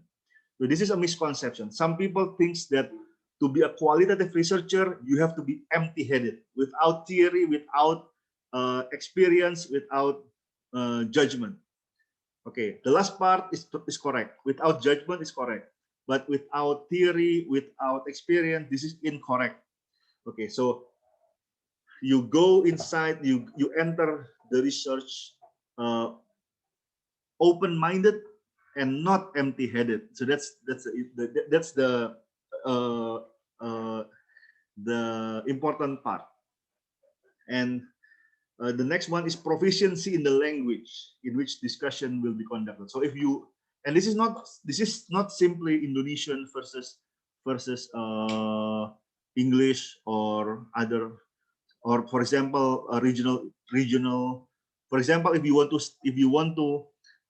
interview, or if you want to guide discussion for people perhaps in, I think in Papua, for example, Papuans have multiple ethnical language, so it's not as easy as for example, I think even in Java Island, the local language is not simply Javanese. There's Javanese and Sundanese, and there's also local dialects and local jargon. So people talking with using Javanese in Surabaya is different from people talking Javanese with Javanese in for example in Solo, for example. Okay, so why cannot use Indonesian? Yes, you can use formal Indonesian, but still even Indonesian have variation between Indonesian spoken in Java and Indonesian spoken in Papua. And another part is sometimes if you can speak in their language, in their original language, it will be a plus. There will be more, the informant will be more open in sharing their experience if you can speak in their language. So this is very important. And sometimes not only about language, sometimes about the jargon. So for example, if you want to interview financial manager, you need to know the language of finance in general. So if you go inside, if you interview a group of finance manager without basic understanding of the concept of the jargon of the terms of the financial manager, they will look down on you. This is like, who is this people? Who is this guy who doesn't even know this concept or that concept? So the language here can be defined as a specific. So for example, Javanese language, Sundanese language, and ethical language, Indonesian language, or it can be in terms of more of a local jargon. So for example, if you interview like even anak alay, I think anak alay is more of an older generation. I don't know what's the more recent phenomenon K-popers. Okay, K-popers. If you want to interview K-popers, I think the language will be different from if you interview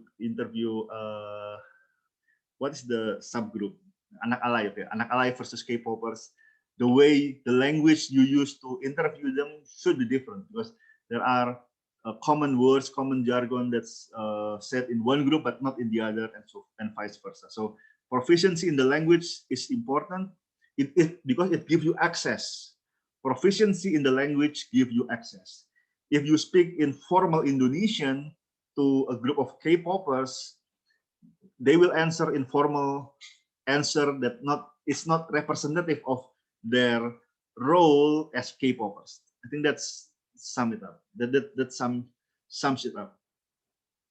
The fifth one is facilitating and conducting FGD requires considerable group process skills. So you need to be aware of the cues. You have to focus on the whole group and not a single person. You have to make sure that the opinions are balanced. The time is given. So this is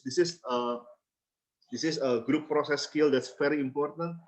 And usually the facilitating and conducting the group process skill comes with experience. So nobody comes with excellent group process skill from the start. Usually, perhaps their first interview is a bit perhaps not perfect, but that's fine. But once he or she, once the moderator have more time, more jam terbang, what's the word? So more experience in moderating or in interviewing people, he or she will have better and better group process skill. So this is why if you are doing if you are doing an important FGD, make sure that the moderator is experienced one. So because inexperienced moderator will give a poor result. Absolutely. Okay, the major steps. Okay, I have one more question. Wait a second. I have one question from Fatoni. Okay.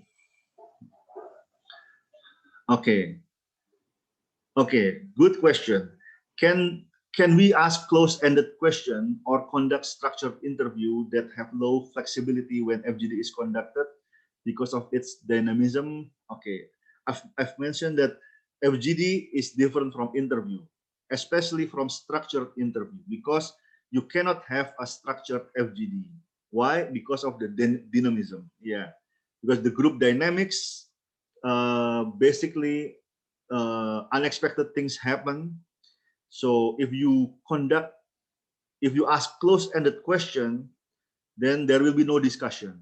There will be simply an interview. Yes, no, yes, no. So for example, if you ask a close-ended question, yes or no question to 5 people, there will be an average, for example, or there will be, for example, 3 people says yes, 2 people says no. That's all.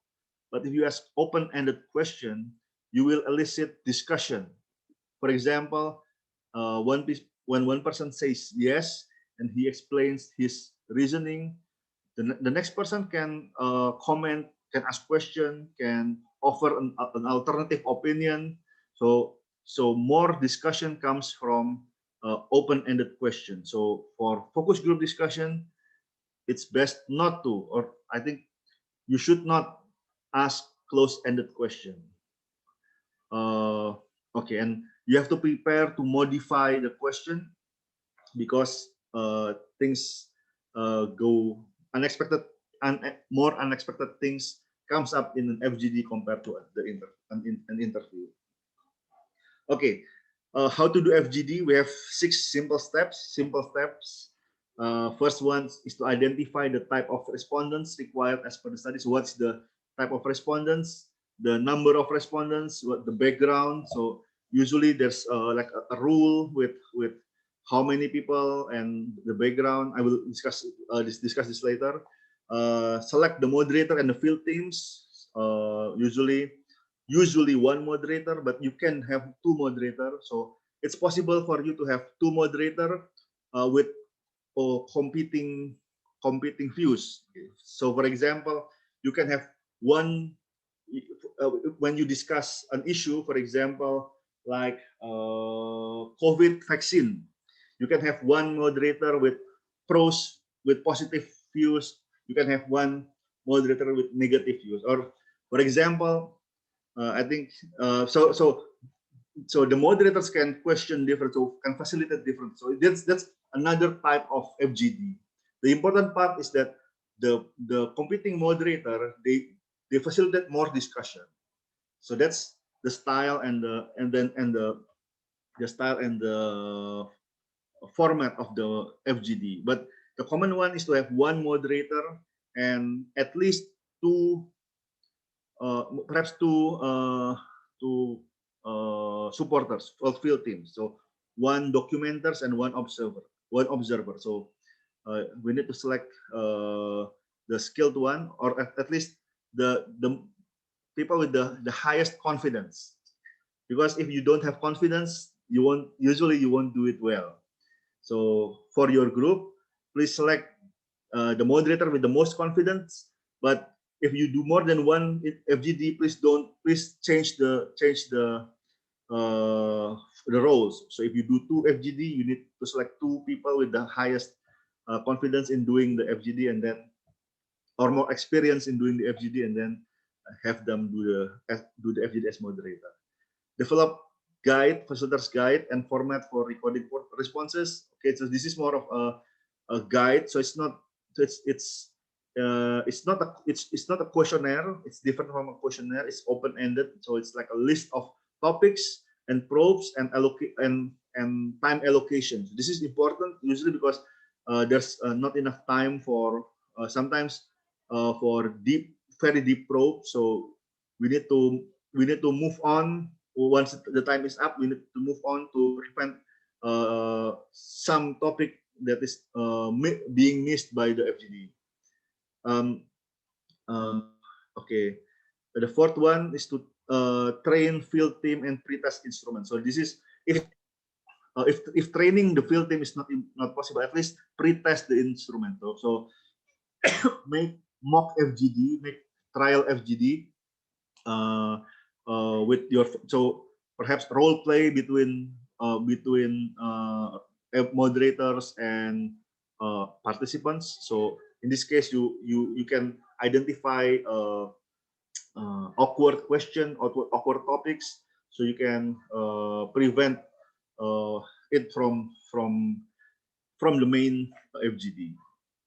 Then you conduct the FGD, and then you transcribe, analyze, and draw the response.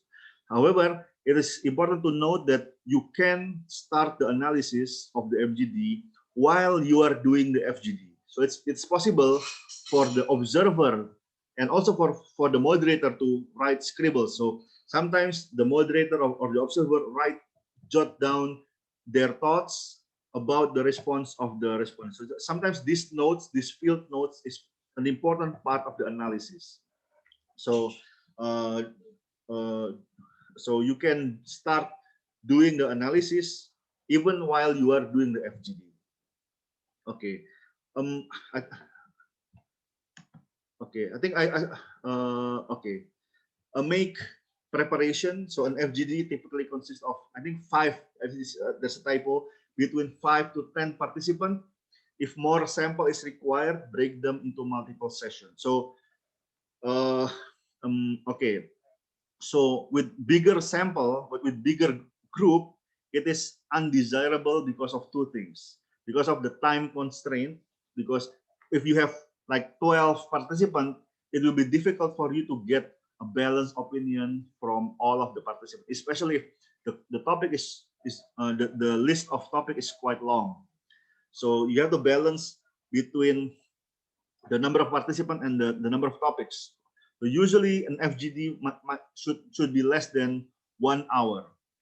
If there's more than 1 hour, it's more likely that some people might be tired and might be withdrawn in the middle of the discussion. So usually arrange for the FGD to be at most 1 hour. And also with more people, with bigger groups, it is difficult to arrange the schedule. And this is more likely the problem for FGD compared with in-depth interview. For in-depth interview, you have to arrange just one person for one session, so you can split the interview into multiple sessions. But for FGD, you have to make sure that, for example, 5 people have the same time availability. So if you want to make an FGD with 20 people, it's much more difficult, because you have to make sure that there's 20 people that have the same time availability across for that day. So it's usually easier to break the group to smaller size, like 5-person, 8-person, rather than to try for bigger FGD of more than 10. Make sure that all participants are relevant to the research question. So this is very important. If you want to ask about, for example, if you want to ask about behavior in investing in stocks, for example, if you want to investigate how,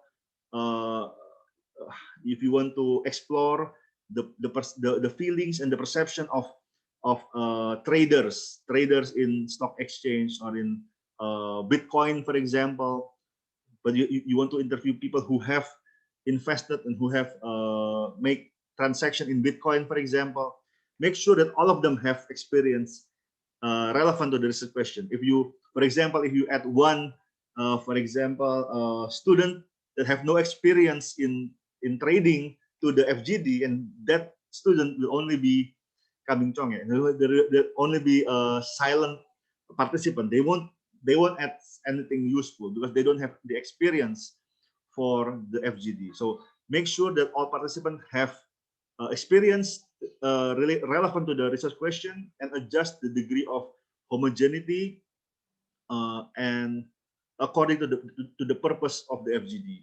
So what I mean by adjusting the degree of participant homogeneity is that participants should be roughly the same socioeconomic group or have similar background in relation to the issue. So, for example, if you want to study Bitcoin trading, all of them needs to be, for example, traders, or all of them needs to be expert in Bitcoin, for example, have the same background and have the same status. So if you or for example, if you want to study employees, you make sure that all of them are relatively equal in rank. Don't put the supervisor of one participant as another participant. That will make the status unbalanced. And then the age and gender composition of the group should facilitate free discussion. So as a rule, more homogeneous group will make it easier to make conclusion. So if you have homogeneous group, it will be easier for you to reach a conclusion. However, more heterogeneous means sometimes means more interesting things that come up. Sometimes you get unexpected things by having variety. So for example, if you, I think in the case of Gillette, so they ask, I think they ask all male panel and all female panel. But if they mix between male and female in one group, I think they will probably get more interesting findings, so more natural findings, because in real life the narrative happens in the discussion between male and female, not just male and not just female. So that's similar with age. So if you want to address generational gap, then it's better to have perhaps two 50-50 between perhaps millennials and Gen X, for example, or with boomers, for example. It will be more awkward. Yes, it will be more awkward. But if you can facilitate, then the insight will be more interesting than all millennials or boomers FGD. The conclusion will be easier if you ask all millennials or boomer FGD in a homogeneous generation group, but there will be no issue of intergenerational gap. So that's why if you want to address the issue of the differences between the group, sometimes you have to create artificial clash in the discussion between the older and the younger age group. And that is fine if that's the purpose of your qualitative study. And FGD usually needs 2 or 3 people minimum, one as the moderator and 1 or 2 people as supporters. And this has been explained as the permission, okay, and record the session. But you need to ask for permission. So because if you don't have the permission, you cannot record. And that's a problem. So usually people usually in the call for participant before they are arranged, you need to make sure that they are willing to be recorded. They are willing for the in the discussion, both audio and visual. But you can ensure them that even though it's being recorded, but it is being kept confidential, so it will not be so the recording will be kept secure and not be like uploaded to YouTube, for example. That will be a major breach of confidentiality to upload your FGD to YouTube without permission. Okay, prepare at least 2 camera recorders or 1 camera recorders and 1 audio recorders, but at least 2 recorder. Why? Because this is from my own experience that recording tools can malfunction. And if you only have 1 recording tools and that one malfunction, you will lose the recording, and that will be very tragic for you. So if you use recorders, you can use camera, you can use your handphone, but prepare at least 2 camera recorders, perhaps from different angle, to get a better I think, okay, with online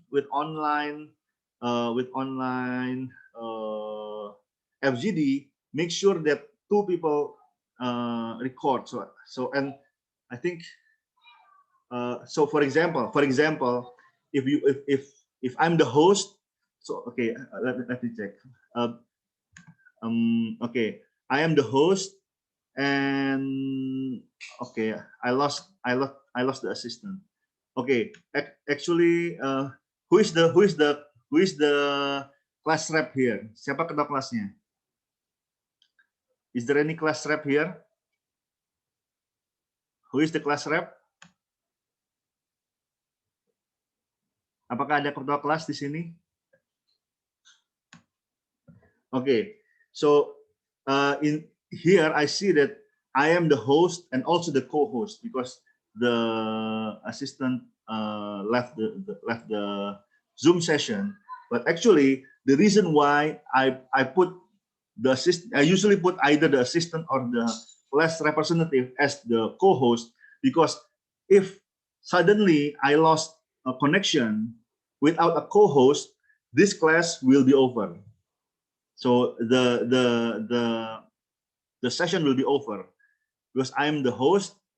If for example my power cut off or my internet cut off, then the meeting will be over, will be closed, and I might lose the recording of the session. So that is a problem.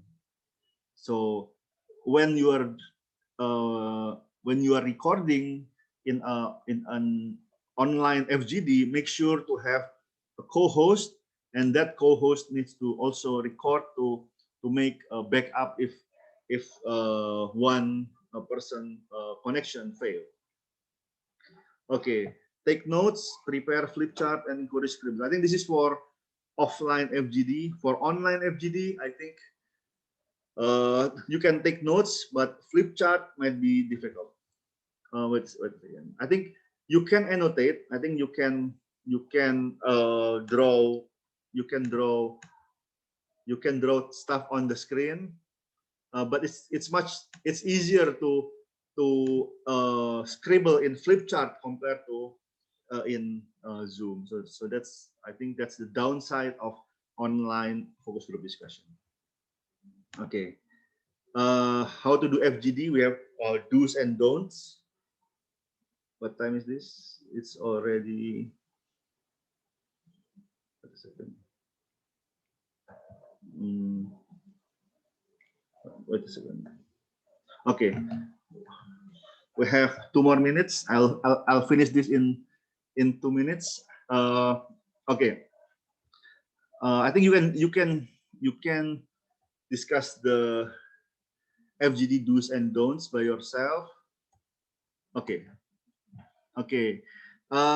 Is there any question that you want to ask me? Okay. No question. Is there anyone listening to me right now? Yes, sir. Yes. I think it's all Sir, clear. I have no question so far. That's good. Okay. Okay. So we are running out of time, but usually at the end of the session, I do a breakout session, and you can discuss about